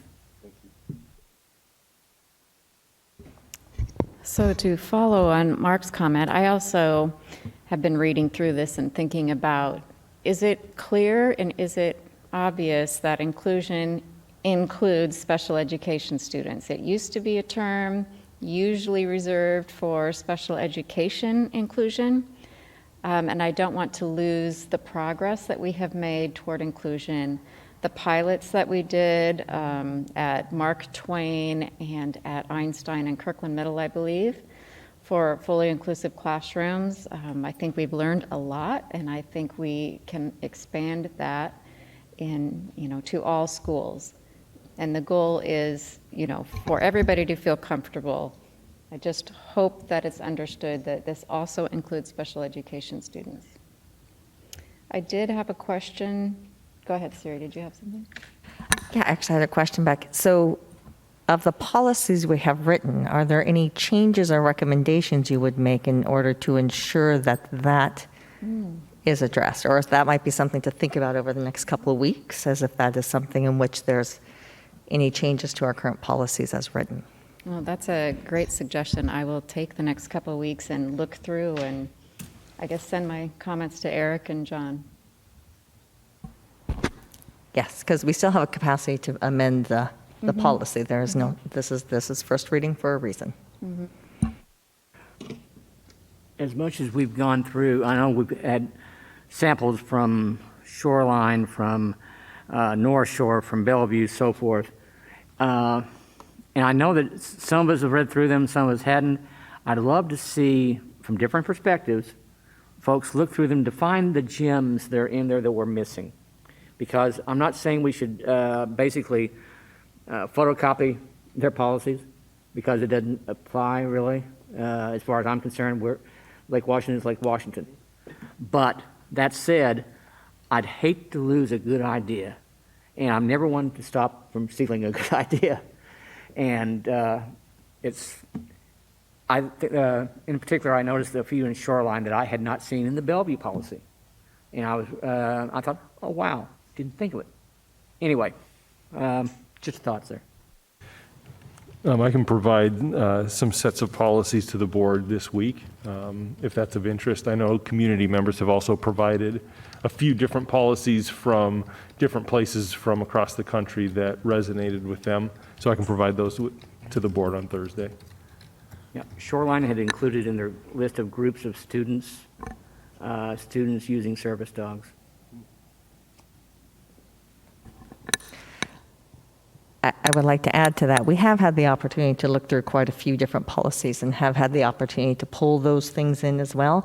And so it would be beneficial to be able to go through. I think there has been a lot of value that we at Lake Washington have really worked to create sort of our policies and have done the work necessary in which to get there as well.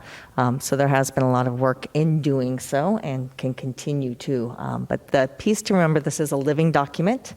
As we go through it and as we work through some of these, the key is, are we capturing the overall values that need to be there? If something is missing, such as both of you have brought up inclusion and the concern in that piece, then what is the component that could potentially be highlighted in that way? Thanks for weighing in. I did want to also mention that we did receive a lot of email communication with different perspectives and views on this policy.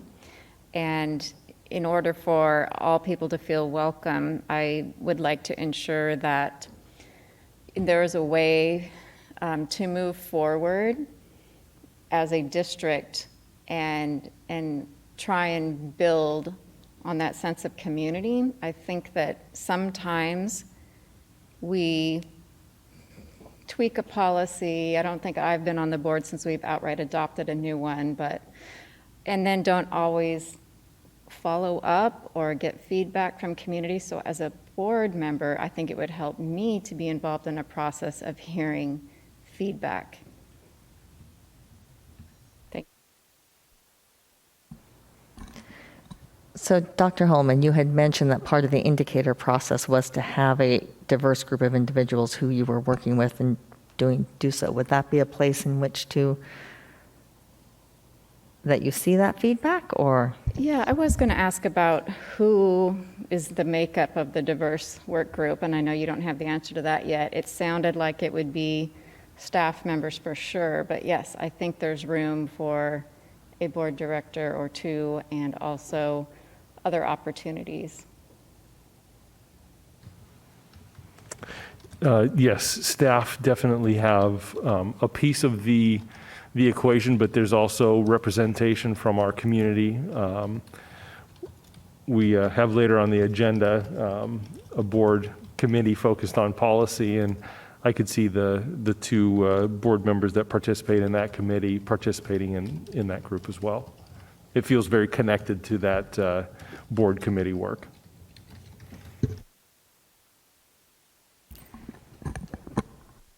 No, your turn, Director Liberty. Well, I two thoughts at this point. One is that looking at the policy that we have drafted right now, I feel comfortable moving forward to adoption on the 23rd. That said, we received 24 emails today, and as I've read through them, there's some very thoughtful feedback that I want to put more thought to and think about those in comparison to our policies and just be a little more thoughtful about our policies.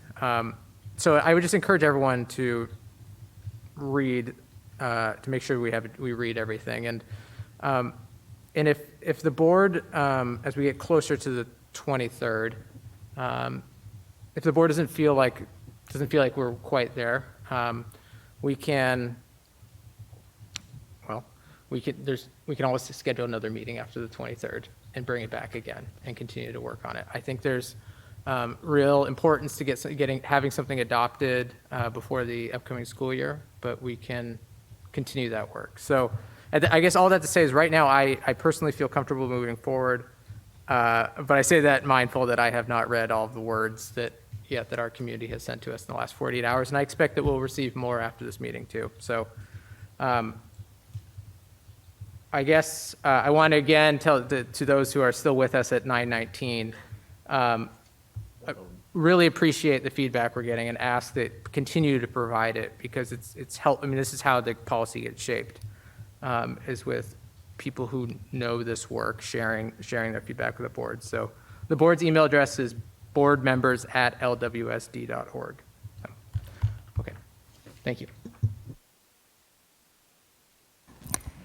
If I could just add one thing. So as we come back to that August 23rd meeting, if we have specific suggestions or changes, that would be great to have that then as well.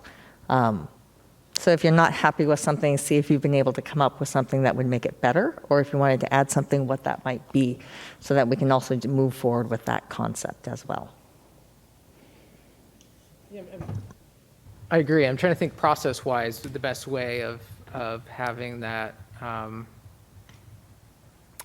forward at the meeting. If a board member, I mean, I guess a board member, you could bring, if you have additional draft language, just bring copies of that with you so that we can review it at the meeting. Is that do you have any thoughts on that, Dr. Holman? I do. Please. I wonder if board members could send Diane and myself comments by maybe the end of this week. Yeah. I mean, How about Monday? by next Monday would be great. But then I would also offer that Siri, Cassandra, and I then get back together with the comments from the board, and because that's really been the process as of late, is that the three of us take the feedback from the board, consolidate it into a recommendation, and then bring that recommendation to the board. So if there is any changes, I think it would be difficult if potentially 5 members each bring unique changes to the next board meeting to try and vet that, to then come to a conclusion that night. Yeah. So that would be my offer. Yeah, I agree. But yes, and if 5 board members still come to the meeting, we'll work through that as well. But I think that what Dr. Holman proposed is the most practical way of working through this. Okay, sorry. Agreed. Director Blasner? I think that's a great idea. I just want to make sure that if there are changes, that they have the opportunity to be added into, and not necessarily postpone everything in that process. Yeah, I think that's right. Okay. Any other questions, comments on the first reading?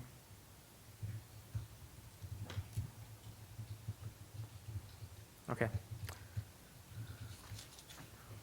Okay, so just a reminder that this was the first reading of Operational Expectation Policy 14, which is titled Anti-Racism, Equity, and Inclusion. It was presented for the first reading at tonight's board meeting and will be presented for a second reading and possible adoption at the August 23rd board meeting. Our next item on the agenda, on the non-consent agenda, is a public hearing on the adoption of the 2021-2022 budget.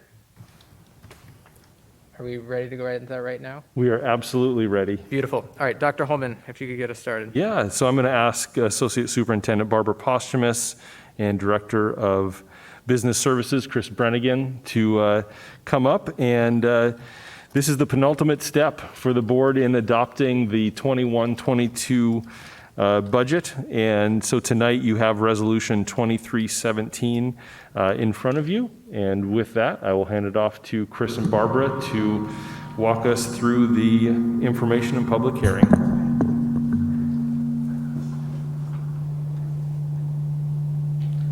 We got some feedback going here. Is it that one?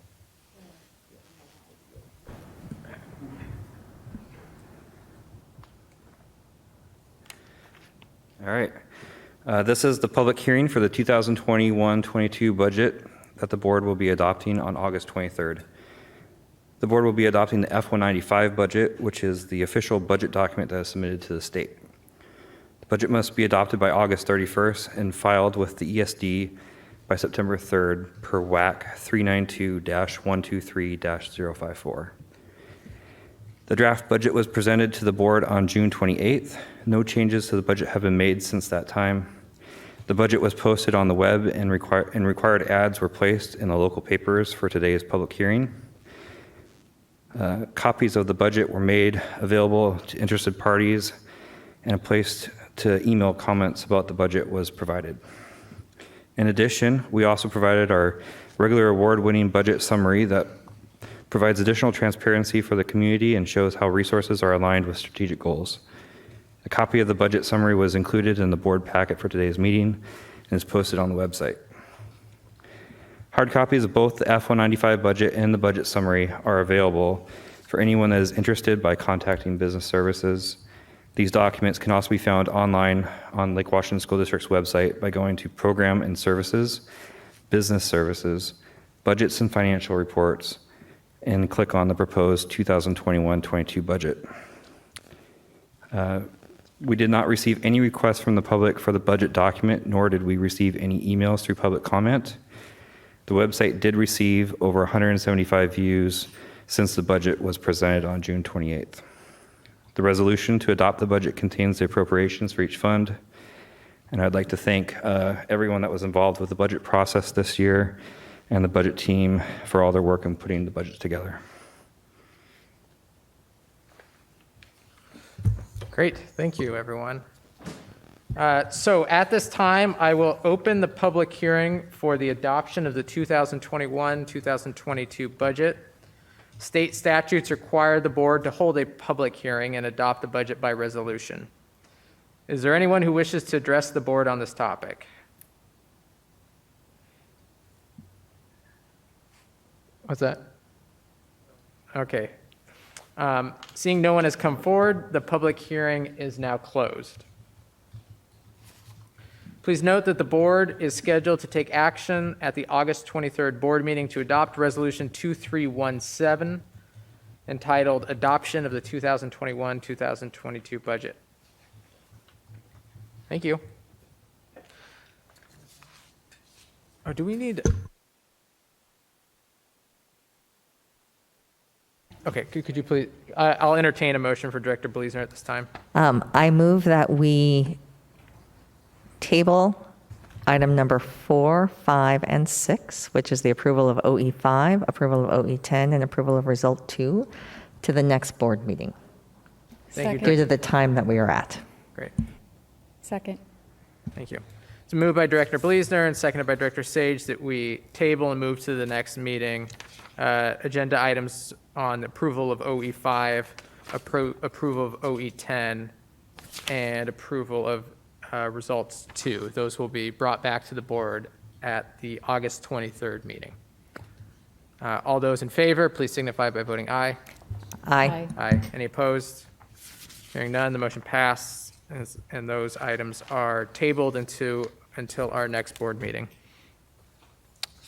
The next item on the agenda is creation of Board Policy Review Committee. Dr. Holman, would you preview this for the board? I will. And so you'll see in your packet items number 7 and 8 are directly connected. President La Liberty let me know that the board was interested in considering the development of a committee. And so in going to your GC policies, pulled out what information the board would consider for the development of a board committee. And so you can see there the attachment on tab 7 in your agenda outlines, as I thought about the board committee, the purpose, who would participate in all of the items that come with the development of a board committee, is listed there. And so really the purpose of this Board Policy Review Committee is that selected members will work with myself to make recommended changes to operational expectations and results policies. These selected board members will analyze policy language, superintendent interpretations, indicators, timing for monitoring, board feedback process, and monitoring report presentation procedures. Membership is 2 board members selected by a nomination acceptance of the nomination and majority vote process. A reporting schedule, at a minimum, reporting quarterly to the board around the work of this committee. It's a 2-year term to participate on this review committee.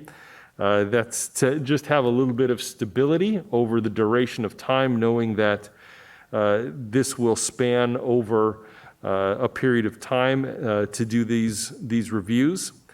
And the last piece is something that the board puts in their governance culture policy. It's authority over resources. And so just a statement that this committee does not provide board members with any additional authority over resources, and that the selected board members retain the authority to identify policy concerns, develop recommendations, and provide feedback or rationale for suggested changes to the full board. And that's the proposal around this board committee. Okay, one comment, or hopefully just 2 comments before we move forward. The first is, as the board recalls, we've had a lot of discussion about putting in a more robust process for continuing to develop policies, for revising policies, and making sure that when an idea comes forward to do that it just doesn't just fall by the wayside, and that we're continuing to work through our policies and having those evolve. So creating a working group, the idea was to create a working group to do this work and then bring that forward to the full board. So 2 things that we need to do tonight, or could do tonight. The first is we would need a motion to approve the creation of this committee. And then once it's created, there would be a process similar to the leadership positions of the board to nominate and appoint 2 board members to fill the committee. So at this time, well, first, are there any questions before we go forward? Director Stewart? Not sure if this is the right place or not, but our parents in our community have expressed a number of times the lack of transparency. And my concern is by adding another layer they're going to feel that they were left out of this issue, whatever it might be. I understand the desire to make sure that nothing falls through the cracks, but at the same time, as we face some future needs and future desire to work with the community, I don't want them to feel they've been alienated and left out because it wasn't transparent enough. Thanks. I think that's really important feedback, and it's important as we do the work of the board and we look at policies to adopt, that when we have a built-in public process still around approval of modifications to policy. Any other questions or comments? Director Bleasner? I move that we, okay, are you ready to entertain a motion? Yeah, I'll entertain a motion now for this policy, or I'm sorry, for this committee. I move that we adopt the creation of Board Policy Review Committee. Okay, Second. It's been moved by Director Bleasner and seconded by Director Sage that we approve the creation of a Board Policy Review Committee. Any other comments on the motion? I would just comment that the committee, it looks like it says at a minimum quarterly updates, and I think we can change that minimum to be more frequent to help with the transparency piece. Okay. If you want to. So I suggest an amendment to the Board Policy Review Committee, and I suggest that we have at least monthly updates rather than quarterly updates for better transparency. Okay, it's been moved by Director Sage to amend I guess, what do we call this? Is it the charter of the board committee? I don't know if I have a title for this. Okay, we'll call it the charter of the proposed board committee to modify that the selected board members will provide the full board at a minimum monthly updates on identified work items. Is there a second to that motion? Second. Okay. Any discussion on the motion to amend the reporting schedule in the proposed charter? I would just go to say I'm fine with the amendment, although I'm not sure it's necessary, as the other was a minimum, so it allows us to do it as often as needed through that process. So I would say that there's still option for, if the board wanted and they wanted to say biweekly, they'd like to see it happen, that would be an option as well. So I don't think we're limited. You just set a higher standard by doing this.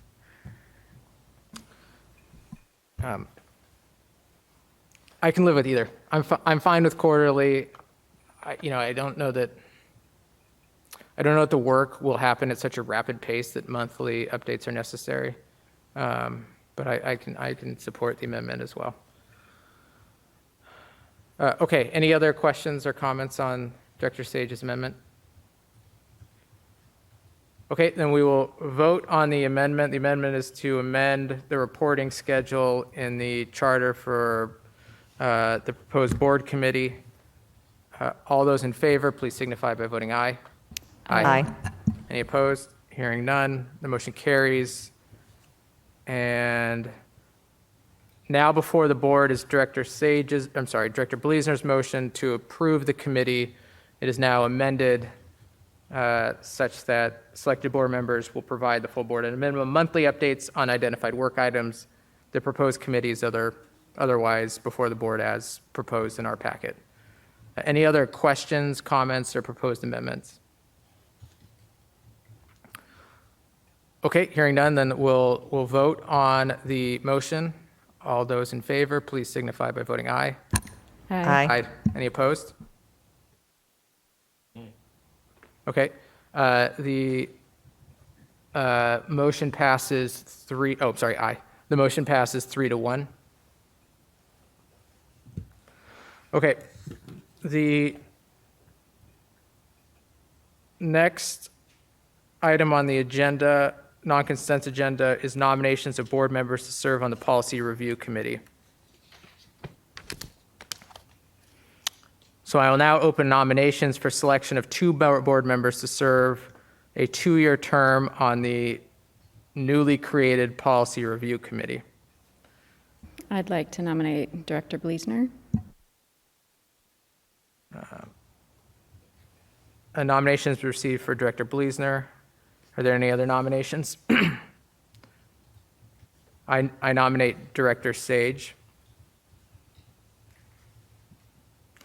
Director Bleasner and Director Sage have been nominated to serve on the Policy Review Committee. Are there any other nominations?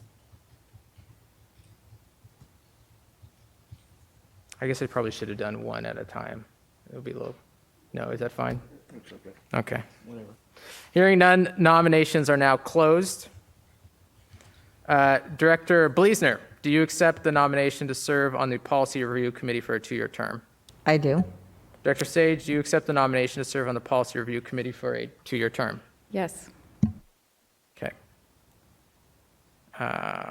It has been moved by, lost track, moved by, who nominated Siri? It is moved by Director Sage that the board,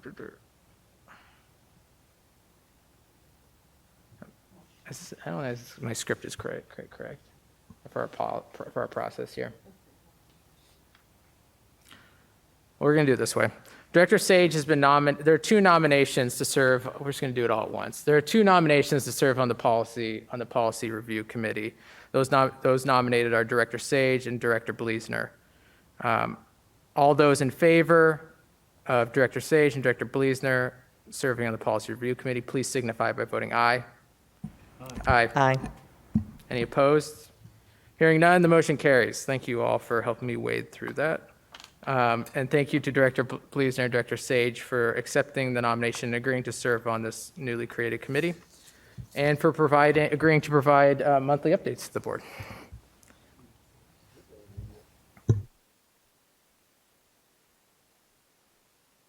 I'll see about that. The next item is the superintendent report, and Dr. Holman will provide an update on school start times.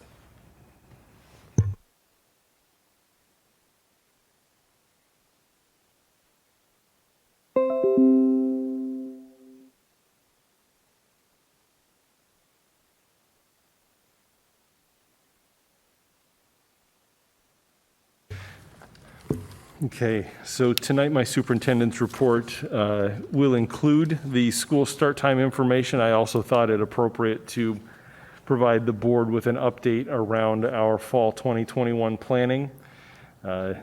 Just given the level of information and content and changes that continue to occur, the State Department of Health just updated their guidance for K-12 schools, maybe 2 weeks ago, a week and a half ago.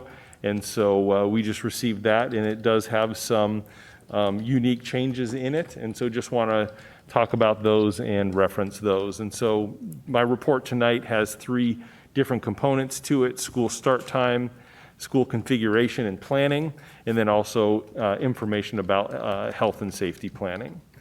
I did want to start with the school start time information, just given the communication that we've received via email. We've received public comment over a period of time around school start times, and so want to do a bit of look back just to see what has been done. It was referenced tonight in public comment, and then to provide information about the work that occurred over the last couple of months, just looking at our current systems to see what could be done, if any at all, related to this school year. So as I was thinking about the school start time, it seems like a very binary yes or no situation. But when I think about the shared interests that I bring to the table as, wearing multiple hats — I'm a parent, I'm a community member, I'm an educator, I'm a leader, we have parents coming in who also bring their, work-life experiences with them.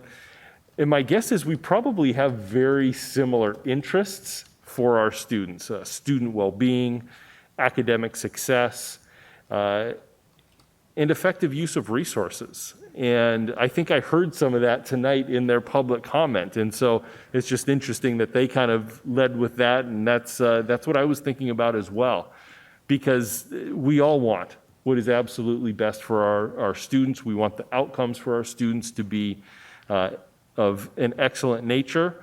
And we have limited resources, and we want to use them wisely and well for our students.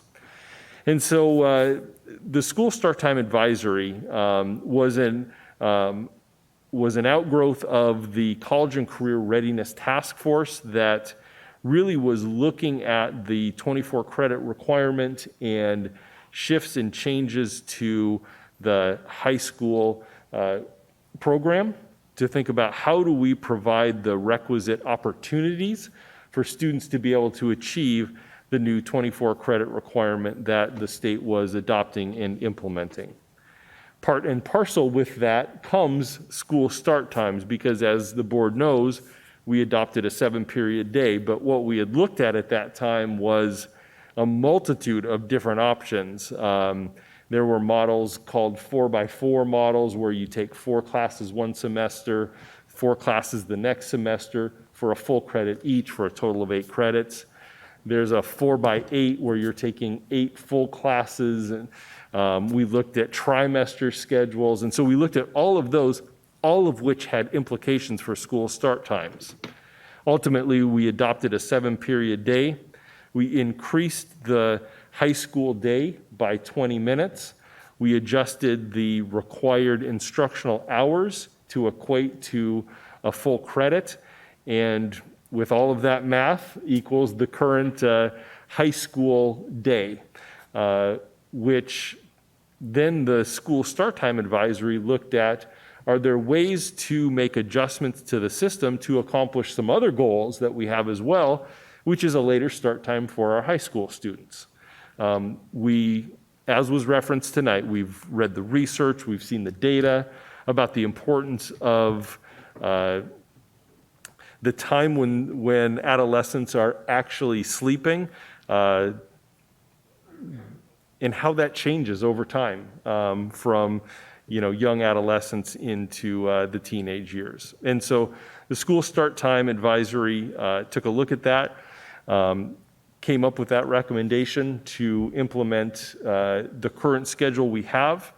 When Dr. Stavum came on board, I believe the board had this conversation with her as well, and so she recommissioned the School Start Time Advisory to conduct an analysis of the impact of school start time changes and evaluate if further adjustments could be made. So the School Start Time Advisory got together, did that work, and ultimately in December 2019, and I do have to reflect, that's 3 months before we all launched into the pandemic, which is interesting to think about life in December 2019. But she came to the board, reported to the board, and then sent out communication to our community. And that team really looked at a wide array of kind of components related to school start times. And you can see here this language from the letter that was sent out to community. It says, in looking at potential schedule revisions, the district considered the following factors.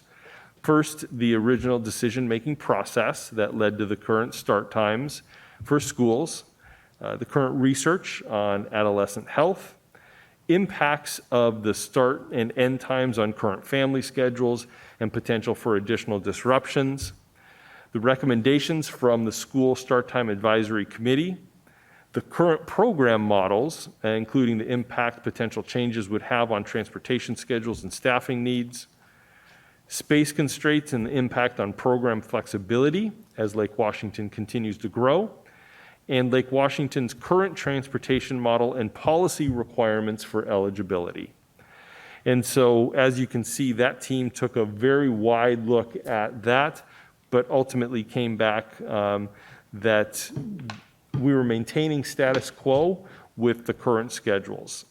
And since that point until now, we've been dealing with the pandemic. And so some may say, well, why haven't you been dealing with the school start time issue since then? Why haven't you done other work? The true answer is we have been dealing with kind of other parts of the system as we've managed and navigated the pandemic. And so as we implemented remote learning, one of the bright spots for our secondary students was that instruction didn't start until 9 a.m. And so through remote learning and because of the pandemic, we actually were able to accomplish one of our goals for our high school students. And we heard from many of our families that while not everything was wonderful in remote learning, the pandemic is difficult, there's challenges, but one of the absolute bright spots for kids was that their sleep schedule aligned better with the school schedule because of that 9 a.m. start. And so we heard that loud and clear in the feedback that we gathered from families last spring. And so I did ask for a review of our start times, knowing that if there was a simple solution to the problem, we could implement that. That wouldn't be a problem. And so our Director of Transportation, Dana Chandler, worked with a consultant who is also working with Dana and her team on the routing on an ongoing basis. And so worked with the consultant to develop model options to accomplish an 8 o'clock or later start time for our high school students. And as you can imagine, with that comes outcome and consequence. And so this is current. We have a 3-tiered transportation system. And in very simple terms, what does that mean? It means we use the same fleet of buses and drivers to accomplish each of these transportation requirements. You can see high school, ICS, and some middle school in that red band, the remaining of middle school in that yellow band, so there's some crossover there. Our elementary school has 2 different start times, so you can see need the buses for that, and then our required transportation for students that qualify through their IEPs. They also receive transportation. And so you can see all of that equates to 93 routes in our transportation system. These are the current start times. And so this is the announcement that Dr. Stavum made in December 2019. This is what she was referring to is status quo. What you don't see here is our preschool. And if you recall, I probably won't get the number of years right, but 3 school years ago, we came to a point in August where we realized we aren't going to be able to provide transportation to preschool the same way we had in the past. Essentially, what we had done was we were able to transport preschool outside of this tiered model. And so we could provide preschool with their own start and end times, isolated from the rest of the system for a few different reasons. And really the majority of the reason was a reduction in drivers, not because we didn't have the funding for them, we just didn't have enough drivers. We had to include our preschool routes into our elementary, middle school, high school, and special education program to figure out how to get them to school. And so the consequence of that was preschool with a start time after our elementary start time. And with our late elementary at 9:20, if I remember correctly off the top of my head, preschool is starting around 10 a.m. right now. And so, you can see how all of these things are contingent on one another. So you can see here, we have high schools starting at between 7:30 and 8 o'clock right now, getting out of school around 2:05 to 2:50. Middle schools starting between 8 and 8:35. Elementary starting between 8:50 and 9:20. And so the team brought me 4 different options to evaluate for this next school year, should we choose to move forward with a change. And so I reviewed those options. Barbara brought those to me. We evaluated them, looked at them. And so I just want to call out some of the, and when I use the word consequence, I don't mean negative, but anytime you make a change, there's a requisite shift that has to happen. And so the 4 options were brought. Each of them actually accomplished the goal of an 8 o'clock or later start time for high school. But with that came significant changes for our elementary and middle school. Part of this goes back to what Dr. Stavum communicated around, we have current policy that indicates who will be provided transportation. That is one of those factors that was included in this. We call it the walk radius, and the number of students within that area that actually are afforded transportation. And so changes for elementary included them starting between 7:30 and 8 o'clock. And right now, if you remember, the start time for elementary is between 8:50 and 9:20. Changes for middle school, they could start as in some of the options as late as 9:20. In other options, they're starting as early as 7:45. Again, a significant change in both the elementary and the middle school schedule, and no change to our preschool schedule. And so I know there's an interest from both internal and external stakeholders around our preschool start times as well, because what a 10 o'clock start does is that puts preschoolers still in school around 4:15. That's not the ideal time for a 3 or 4-year-old to be learning. And so that is something that also needs to be taken into consideration as we think about this.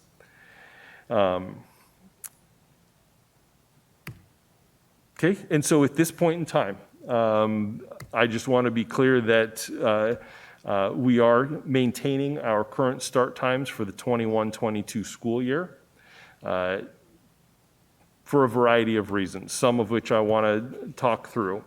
For me, when I think about large-scale decisions that have large community and stakeholder impact, to me that requires process, communication, engagement, and feedback. And so for me, that is something that has not taken place with the majority of our families. We also have an immediate consequence that we know about, that we heard about. Even when we made changes to the school start times due to the 7-period day, we let families know in early spring. Even then, that was too late for many families because of childcare issues, because of planned supports. Many of our students with disabilities have speech language pathologist, OT, PT, a variety of therapies that as a family, you're planning that out a year in advance to be on a schedule, make sure that, so our change in school start times for the 7-period day completely disrupted that for many families. So childcare, therapy services, and things like that. And so for me to do that at this late date, or even if it was a month ago or 45 days ago, that is too late in the game to notify families of such a substantial change.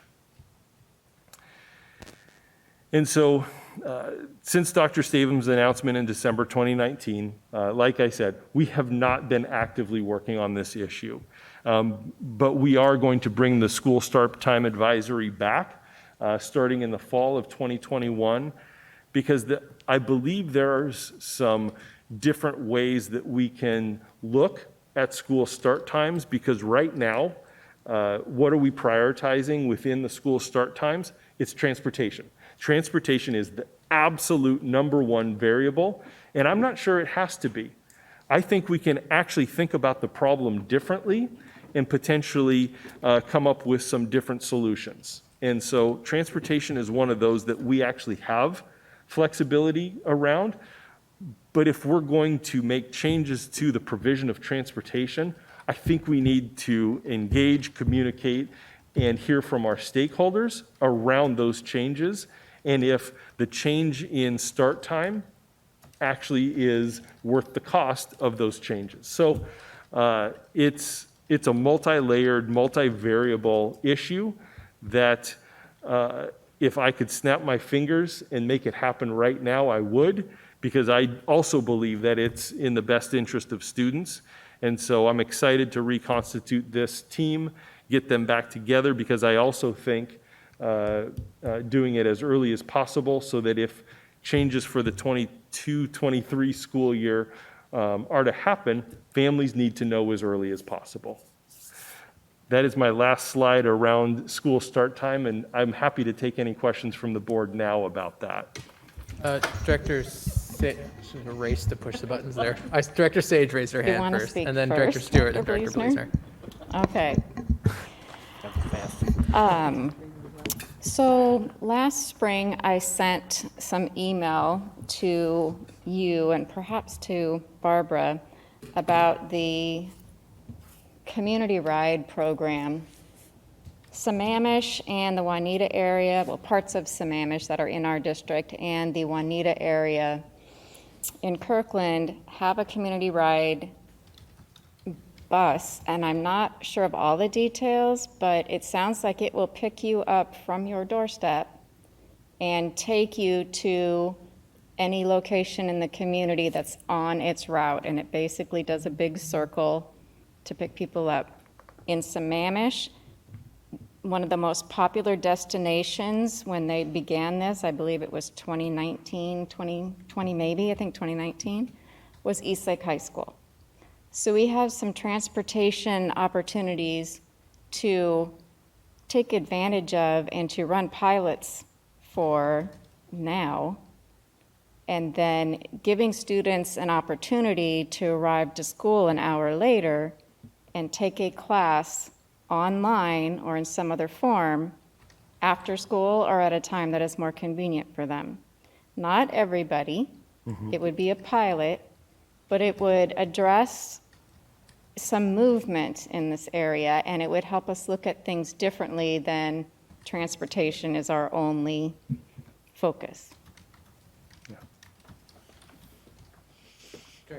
Director Stewart, and then, Director Stewart, and then Director Bleasner. Just something real quick, and this will require John to come back into the picture. John, you had an item of news in your bulletin that you sent out to us about the Metro people. That's one of the, Metro has been the one way that we were enabled to get Lake Washington High School a later start time. But now they've offered, quote unquote, to more than double the fee and cut back at the same time. Would you fill folks in a little bit about that and this financial impact? Yeah, I don't have the exact dollars and cents in front of me, but I've got them. Okay, good. As we enter into this next school year on an annual basis, and Barbara's going to shake her head if it's not an annual basis, we negotiate a contract with Metro to provide service to all of the high school students in that attendance area. And so as we went to negotiate that contract, we did hear from them that the prices, I believe, more than doubled for this school year, which really caused us to pause because, it's that cost-benefit analysis, with a limited resources situation, we have to take caution anytime we see that. And so we are going to have to analyze the use of Metro at those rates. And so, yes, that did occur. We are moving forward with those contracts because, again, we're in August. We just got the contract as of late. We really don't have a choice whether to move forward or not, just because, again, changing everything on families causes challenge, causes concern. If we were to provide yellow bus service to part of the Lake Washington High School community, but not the whole, then only part of the students at Lake Washington High School would have the Metro Pass, the Orca card. So it's all sorts of things come with that. And so, yes, that was part of our work over the last couple of weeks with Metro. Just to give folks an idea, I made sure I jotted it down because God knows I wouldn't remember if I didn't. Currently, we're paying Metro for the service to Lake Washington High School of $85,000. The planned hike was supposed to have been only to $125,000, basically a $40,000 jump. Metro came back with a new figure of $190,000. Yeah, not exactly within the inflation guidelines. It's just, that's one of the factors, and I understand why we, at this point, are left with kind of between a rock and a hard spot. But I wanted folks to understand the impact that this will have, and the commitment we have to the students to get them to make sure they're consistent of changing their consistent schedules rather, without boxing it all up with one for yellow buses and one for Metro. I think this calls for some discussion with the Metro board from our board for the future, especially as we look at how to incorporate a later start time for everyone. Yeah. I do also want to recognize that, I know Metro is experiencing similar issues to other transportation providers, just other business in general, just being able to, maintain a workforce. And I know providing the accommodation of additional routes for them, it was an add-on before, but with those variables in play as well, it just added to the significance of it. So, but they have been a good partner for many years. I know they're going through a challenge right now, and we'll continue to work with them as we move out of the pandemic. I would hope things get back to a more normal setup that we're more used to.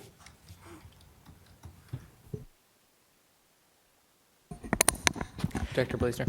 Yeah, so thanks for bringing back the committee and the advisory group to come forward with the changes. I do think the information we received from the students at the very end, probably in 2019 as well, a discussion of what really mattered to them in regards to when those start times were, would be key important information that plays into this.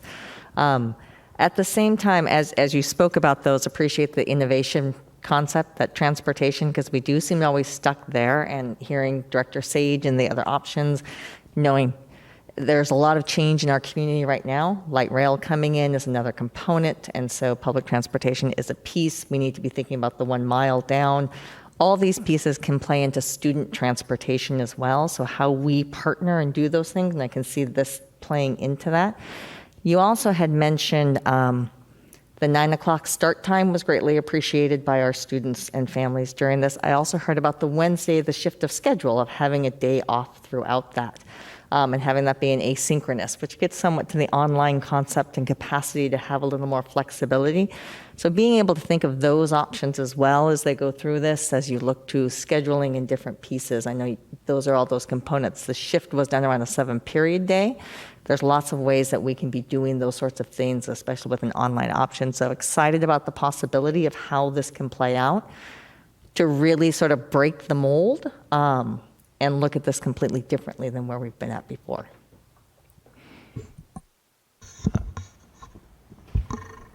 So I echo everything Director Blaisner said. I think, some of the things that have come through a lot, particularly at the end of the last process for students, was of wanting the option of being able, and I know that's hard to design a system where there's an option for some students to start early and some students to start later. But that's really what we've heard throughout this is it works for some students, they like it, and for others, it would be better. And you think about, when the shift to college, one of the best parts about that for the learning environment is that you have more choice about when your classes are scheduled and what they are. And now we can't match that, but maybe we can come close, and maybe just thinking about shifting that a little bit to providing more options for students to have a later start time, not necessarily requiring it of all students. And then the obvious that right now the greatest impediment, or right now we're making a policy choice that providing yellow bus access for every school, for every student to our high schools other than Lake Washington High School is a priority over the start time. Yes, Dr. Holman, I said something that triggered you, so do you want to speak on that for us before I keep talking? Not fully triggered, but I also want to clarify. It's yes, a policy decision around transportation, but it's also the commitment to our community of engagement, feedback loops, recognizing impact. I mean, those are as important as the transportation impact and so, because we heard that loud and clear the last time we made this shift from many of our communities, that the shift of, and it was like a 30 to 40 minute shift. It wasn't even an hour for many. And even those shifts caused ripples for many of them. Yeah, absolutely, but that issue can be solved by a long enough, it can be mitigated by a long enough runway. I mean, ultimately, we're going to have to make a choice, but if we shift start times, it's going to be likely at the cost of our current transportation model, of changing that. And so I'm glad that we're thinking about it that way and opening up to having that discussion and thinking about whether that is something we want to do. And maybe in the end, it's not something our community wants, but I think it's good to at least think about being willing to make that shift and incur that cost of making that shift. Dr. Stewart. Yeah, I want to make it clear, we understand the American Academy of Pediatrics, and I'm sorry about this specialty that I can't remember the name of, but that they have pointed out the start times and the health requirements and so forth. We understand that, and I personally would love to see it. I'd also love to see us have plenty of drivers. I also understand that as we move our high school students to later times, that has an impact also on families where the high school student may be the caregiver in the afternoon, or in the early morning of getting a little sister or little brother off to school. So we have to consider that as well. Just to put a plug in, though, for our bus system, there's been ads on Como and some other radio stations touting for people to drive for Edmonds and I forget which other district, and they're paying $5 less. So anybody who's interested, we pay over $30. They pay $25. So sign up with us. And if we're going to talk about transportation, I do just want to recognize our Director of Transportation, Dana Chandler, is doing a remarkable job of recruiting, retaining, and developing a culture in our transportation program where people really want to be there. And so I believe she, for the first time, and Barbara's going to shake her head again, we are over 100 drivers for the first time in many, many years. And so that, being able to recruit, hire, and retain drivers over a long period of time also then helps some of these variables that seem undoable as we go through these processes. How short is that 100, though? What would really like to have, out of curiosity? Yeah, because of the current three-tiered system, to really disconnect high school from the transportation system so we could transport them on their own, we would need an additional 36 drivers, but there's also a bus impact then as well. We do have some additional buses right now, but we would need to purchase additional buses. I don't mean after the shift, but currently, do we have, with the 100 drivers, are we still short on drivers? I don't know, and I don't mean to put anybody on the spot, but I just thought I'd ask. Barbara wants to give that answer, I can tell. Okay. And so she's I going would guess that we probably use as many drivers as we Yeah, can.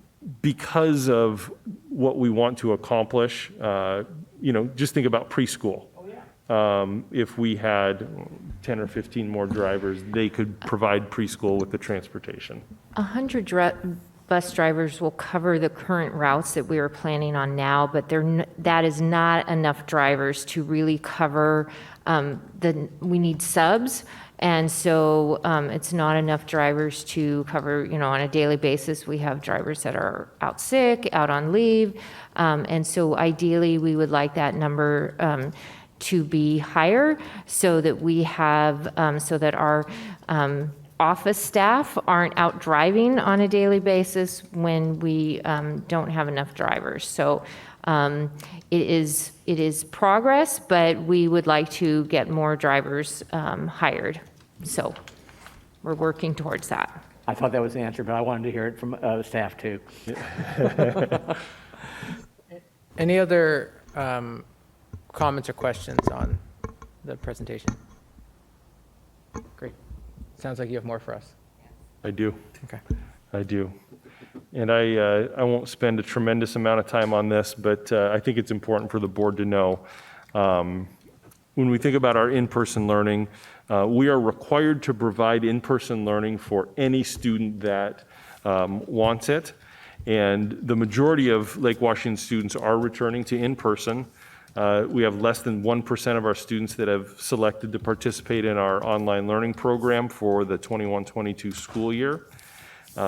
And so we, with that requirement to provide in-person learning, there's then health and safety pieces that the updated guidance is really in response to that.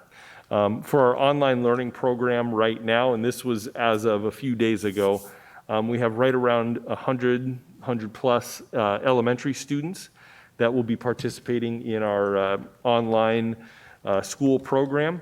And if you remember, the State Board of Education adopted really rules to be able to allow districts to count students, their seat time, the same in a remote learning model as we do with our students that are attending brick and mortar school.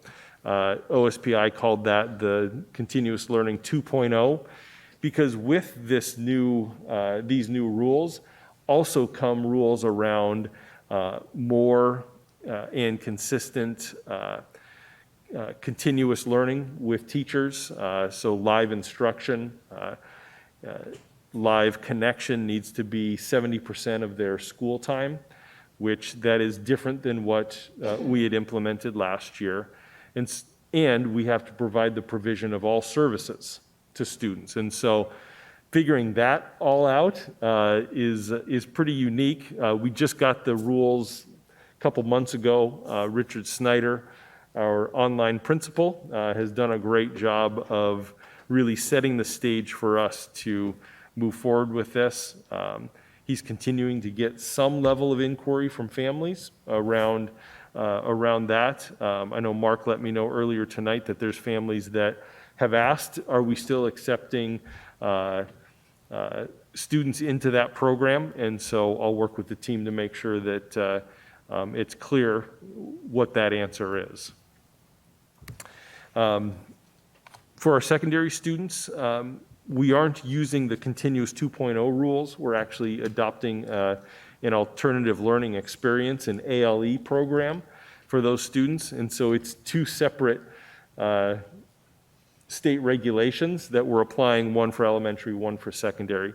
And we have around 45 students that have signed up to do that program. And so I really appreciate the team for implementing this, because this has not been an easy lift to take newly created rules and implement. It feels like that's what we did all year last year, was rules implement, rules implement. And so I appreciate the team taking the time to really map this out so that we can do it as well as we can.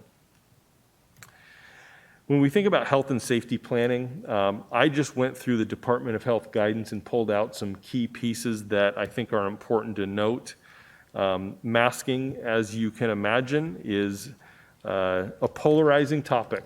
We saw it here tonight, and I imagine there are families in the community that have, concern for their children as well. But, at this time, it has been indicated by Governor Inslee and then reinforced by Superintendent Reichdahl that all students are required to wear masks while attending school, with that limited exceptions for health and medical reasons. Additionally, all staff are required to wear masks when students are present and when students are reasonably expected to be on campus. And so both staff and students will be masked in the classroom. The guidance also goes on to state that bus drivers and bus riders need to continue wearing masks as well, but that students and staff are not required to wear masks outdoors. This is the Department of Health guidance, but we also know that our King County public health official has made recommendations around masking, and those continue to apply, even though they are recommended guidance from our local health authority, but this is from our current Department of Health guidance and requirements. Current labor and industry guidelines, which is the guidelines that we use for implementation of procedures with staff, allows vaccinated staff to not wear a mask when students are not present and when students would reasonably not be on campus. So that's current LNI guidance, but again, we know our local public health official has made recommendations around masking while indoors. There's been questions around where does the authority come from? Where does the guidance come from around masking? And so I just grabbed information from the governor, from the Department of Health, and then Superintendent Reichdahl made a statement, a recorded statement around the mask requirement. And it's hopefully this is helpful for folks. As you know, some are concerned with the mask requirement, and it at this point is not something that's in our hands to make a different decision about. Physical distancing, a term we grew very familiar with. We remember the discussions around a 6-foot distance, a 3-foot distance. What's being asked of us right now is that we maintain 3 feet physical distancing of students in the classroom. Yet, if that 3 feet then wouldn't allow students to participate in in-person learning, that we are able and afforded to be able to reduce that 3-foot distancing. We're also asked to maintain physical distance of 3 feet or more between students when outside of the classroom as well. And so that is something we will continue to work through. Go ahead. Outside the classroom, I mean, that really means during passing periods. So during passing periods that's the incidental. You would not achieve a close contact designation in, but they do make recommendations around, passing periods, maintaining, directionality on either sides of hallways. What I was referring to really was around lunch periods, common areas, and during high-risk activities such as PE and things like that. And so the request is that we maximize distance between students to the degree possible, and that is the language right out of the Department of Health guidance. You can imagine the challenge with implementing this type of guidance because it really gets down to the nuance of the size of a classroom, the number of students in an overall, let's take third grade at, any given elementary, and then putting those students into a class, and the makeup of that class, the type of furniture that school has purchased. I mean, all of these things go into figuring out how to do this. And then when you think about lunch, running 6 lunches is not feasible, because that means, students show up to school at, in elementary at 9:20, they start eating lunch at 10 o'clock, or they're eating lunch at 3 o'clock. I mean, that really is, those are the factors we have to think about. So there's kind of the reasonableness test that we have to apply to some of these as well. And so our school leaders are going to be working through all of this over the coming weeks as we move to implementation. The guidance continues to reference ventilation. We actually exchange our classroom air to a greater than the expected standard. Our team, when COVID-19 hit, our team acted swiftly to increase the MERV ratings on our filtration in our schools. They also then moved to an air exchange system to make sure that we are constantly rotating the air in our classrooms, because we know that helps reduce the spread of the virus. Hand washing previously was almost rigidly required at specific times. I think this should have been in place since the beginning of time. You know, hand washing and hand hygiene, that isn't just a COVID-19 thing. I think this is just good practice that we want all of our students and adults to continue paying attention to, because COVID-19 is today, but we know we're dealing with all sorts of things that can spread because of poor hand hygiene and not paying attention to that. The definition of a close contact changed, and when we think about the provision of in-person learning and students being able to participate in their school program as much as possible, the Department of Health was very specific that as they analyzed a close contact and they had the goal of keeping kids in school as much as possible, that they were able to make this modification.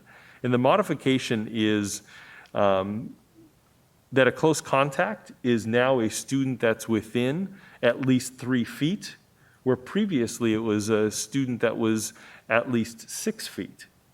And so that actually allows us to be more stringent in the students that would be unfortunately excluded from a classroom because they were a close contact with another student that was positive for COVID-19. This exception does not apply to adults. It's just between students, and there is research data and some pilots around close contact being at 3 feet, which the outcome was positive for students, and they did not see the spread of the virus using this definition of close contact. So quarantine will still be a thing. So I just thought I would provide the definition because it's important to remember that quarantine is when someone who has been exposed to COVID-19 stays home and away from others for the recommended period of time in case they were infected and are contagious. So that's the operational definition that we're working on. There are some exemptions that are listed within the guidance right now. And so close contacts who are fully vaccinated and do not have symptoms do not need to quarantine, but should, like all of us, continue to watch for symptoms, and if symptomatic, get tested. That is something we were able to implement last year for a very small portion of our high school students towards the very end of the school year. The Department of Health further went on to say that a close contact who has had a confirmed COVID-19 case in the past 3 months and has recovered does not have symptoms, does not need to quarantine, but should, again, watch for symptoms and get tested if becoming symptomatic. And so the change in definition around close contact, the update in the quarantine rules, all in service of health and safety, but also keeping kids in school to the greatest extent possible. And that is my superintendent's report. Questions? Director Stewart? Two, going back to the, can my kid move to remote still? The answer is yes. So what I described earlier was Richard continues to receive people requesting, and so the indication is that we have a remote academy for families that identify a health and safety need for their child. And so given that we are still in the midst of the pandemic, yes. Okay. I just wanted to make sure that parents understood. We had a deadline before, and you always have to set deadlines when you're signing up for things. But people felt that, oh my God, it passed 3 months ago, and now this new Delta variant's out, and I'm out of luck. But I want folks to understand that they aren't. Yeah. That if there's a health reason, if there's a safety reason, for crying out loud, call the district and talk to Richard or Richard's last name? Richard Snyder. Thank you. Ask for Richard Snyder, I guess, for lack of a better question. Yeah. But thank you. Yep. The one elephant in the room that I'm sure no one wants to talk about is what happens if we have to close down again. Are we prepared for something like that? So, Director Stewart, we learned a tremendous amount last year. And so if we were needing to shift, although we haven't gone there yet, we would be able to enact a plan very swiftly, yes. I thought that was the answer, but I wanted to make sure everyone, all the parents heard that, because it's a question that's been dogging some parents. Well, gee, I haven't heard about anything about what ifs. Yeah. And that's the big elephant in the room that I wanted to make sure that parents heard, that we're prepared, we're ready. If God knows we don't want it to happen, but if it does, we won't be caught short. Thank you. Any other board questions? Director Bleasner? Yeah, I just had a question in regard to the quarantine and the possibility of students having to quarantine for a period of time. Will we have capacity for them to be live streaming into their classroom? I especially think of our high school students and middle school students, so that they can keep up with what they're doing, because it's not that they're sick, they're just home. I knew you were going to ask me that, and I don't have the answer for you. I'm hoping it's going to be yes, so it won't be a problem.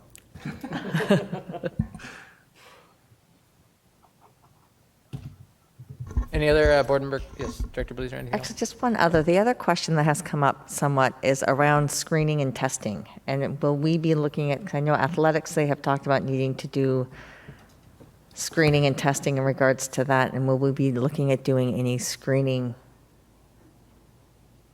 in regards to our students? Yeah, I will follow up on that as well. I would be remiss if I tried to give you a thorough answer along that.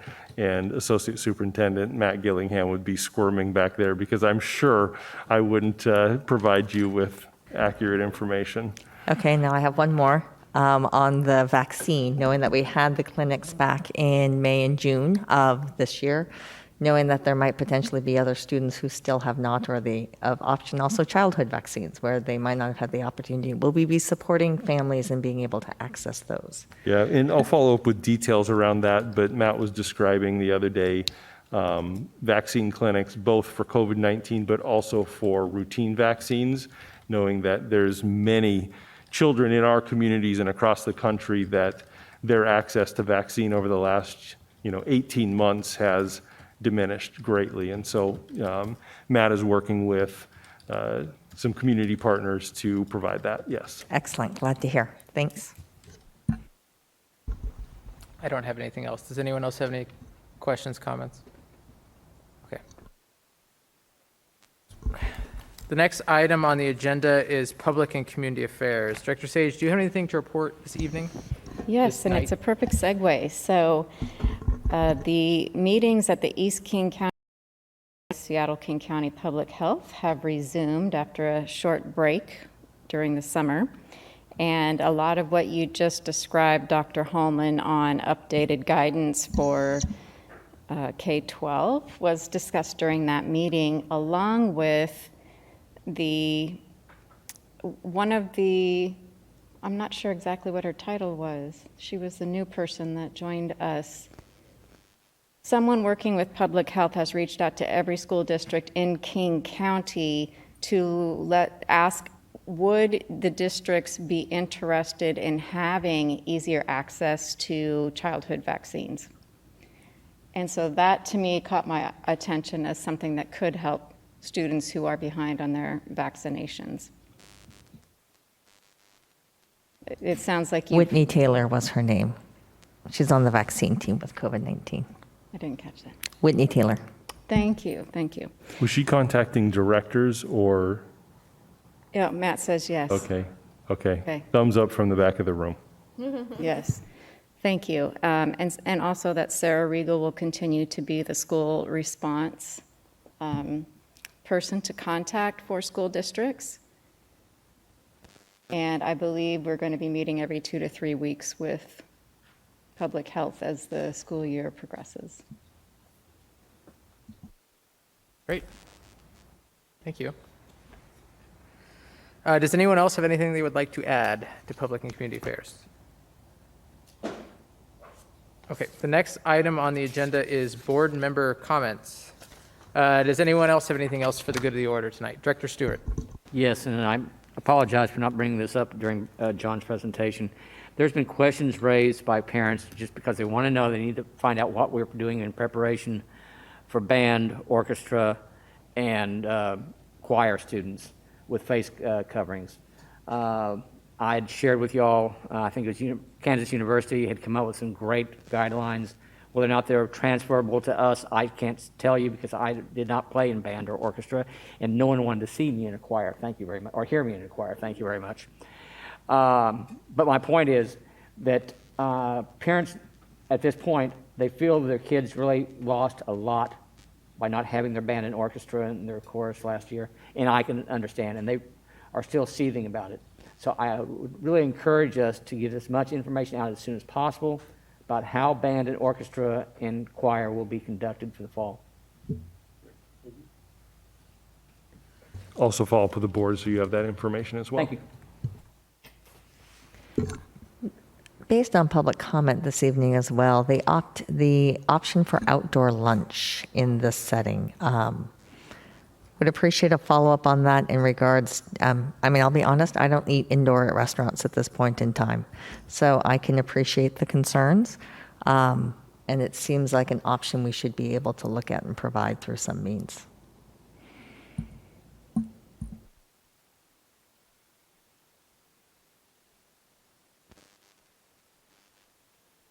Okay, any other board member comments tonight? I have one, and that is I expect that attendees will continue to have to wear face masks and coverings at our meetings for the near future. And we had a little bit of a rocky time tonight with some individuals at our meeting. If anyone has any, I don't have a good solution for it right now. But if anyone has some ideas, if you could share those with me. And we have a meeting in 2 weeks. I think we need to be a little more thoughtful about how we meet the requirements that we have to meet and continue to provide access to our community to be able to engage with the board at the meetings. And even when members of our community are not being perhaps not meeting the standard that we would expect, I think it's still our job to do our best to listen to them. So, at any rate, all that to say, if anyone has any good ideas, if you could share them with me, because I have none. Okay. Under the Open Public Meetings Act, in-person board meetings are permitted in compliance with current regulations. And a reminder, at this time, you do not need to pre-register. That may change to attend a board meeting, study session, or special board meeting. However, all attendees are required to wear a face mask and covering. If pre-registration changes, that will be communicated on the board mailing list. Is that right? And posted as well? Okay. We don't have a sense of whether that will change, right? No. Okay. All right. Our next meeting is currently set for 5 p.m., but is almost certainly the study session will almost certainly shift to 1 p.m. I think it will shift. Everyone's available. Great. So there will be a study session at 1 p.m. on October 23rd, August 23rd. Who knows? It'll be on the 23rd of some month in the Sammamish room. The board will be meeting to continue to discuss and work on levy and bond planning. So I would encourage those who are interested to tune in or view the video later. And then finally, the board meeting will follow at 7 p.m. We've reached the end of the agenda. I'll entertain a motion to adjourn. So moved. Second? Moved by Director Stewart, seconded by Director Bleasner, that we adjourn. All those in favor, please signify by voting aye. Aye. Any opposed? Hearing none, meeting is adjourned.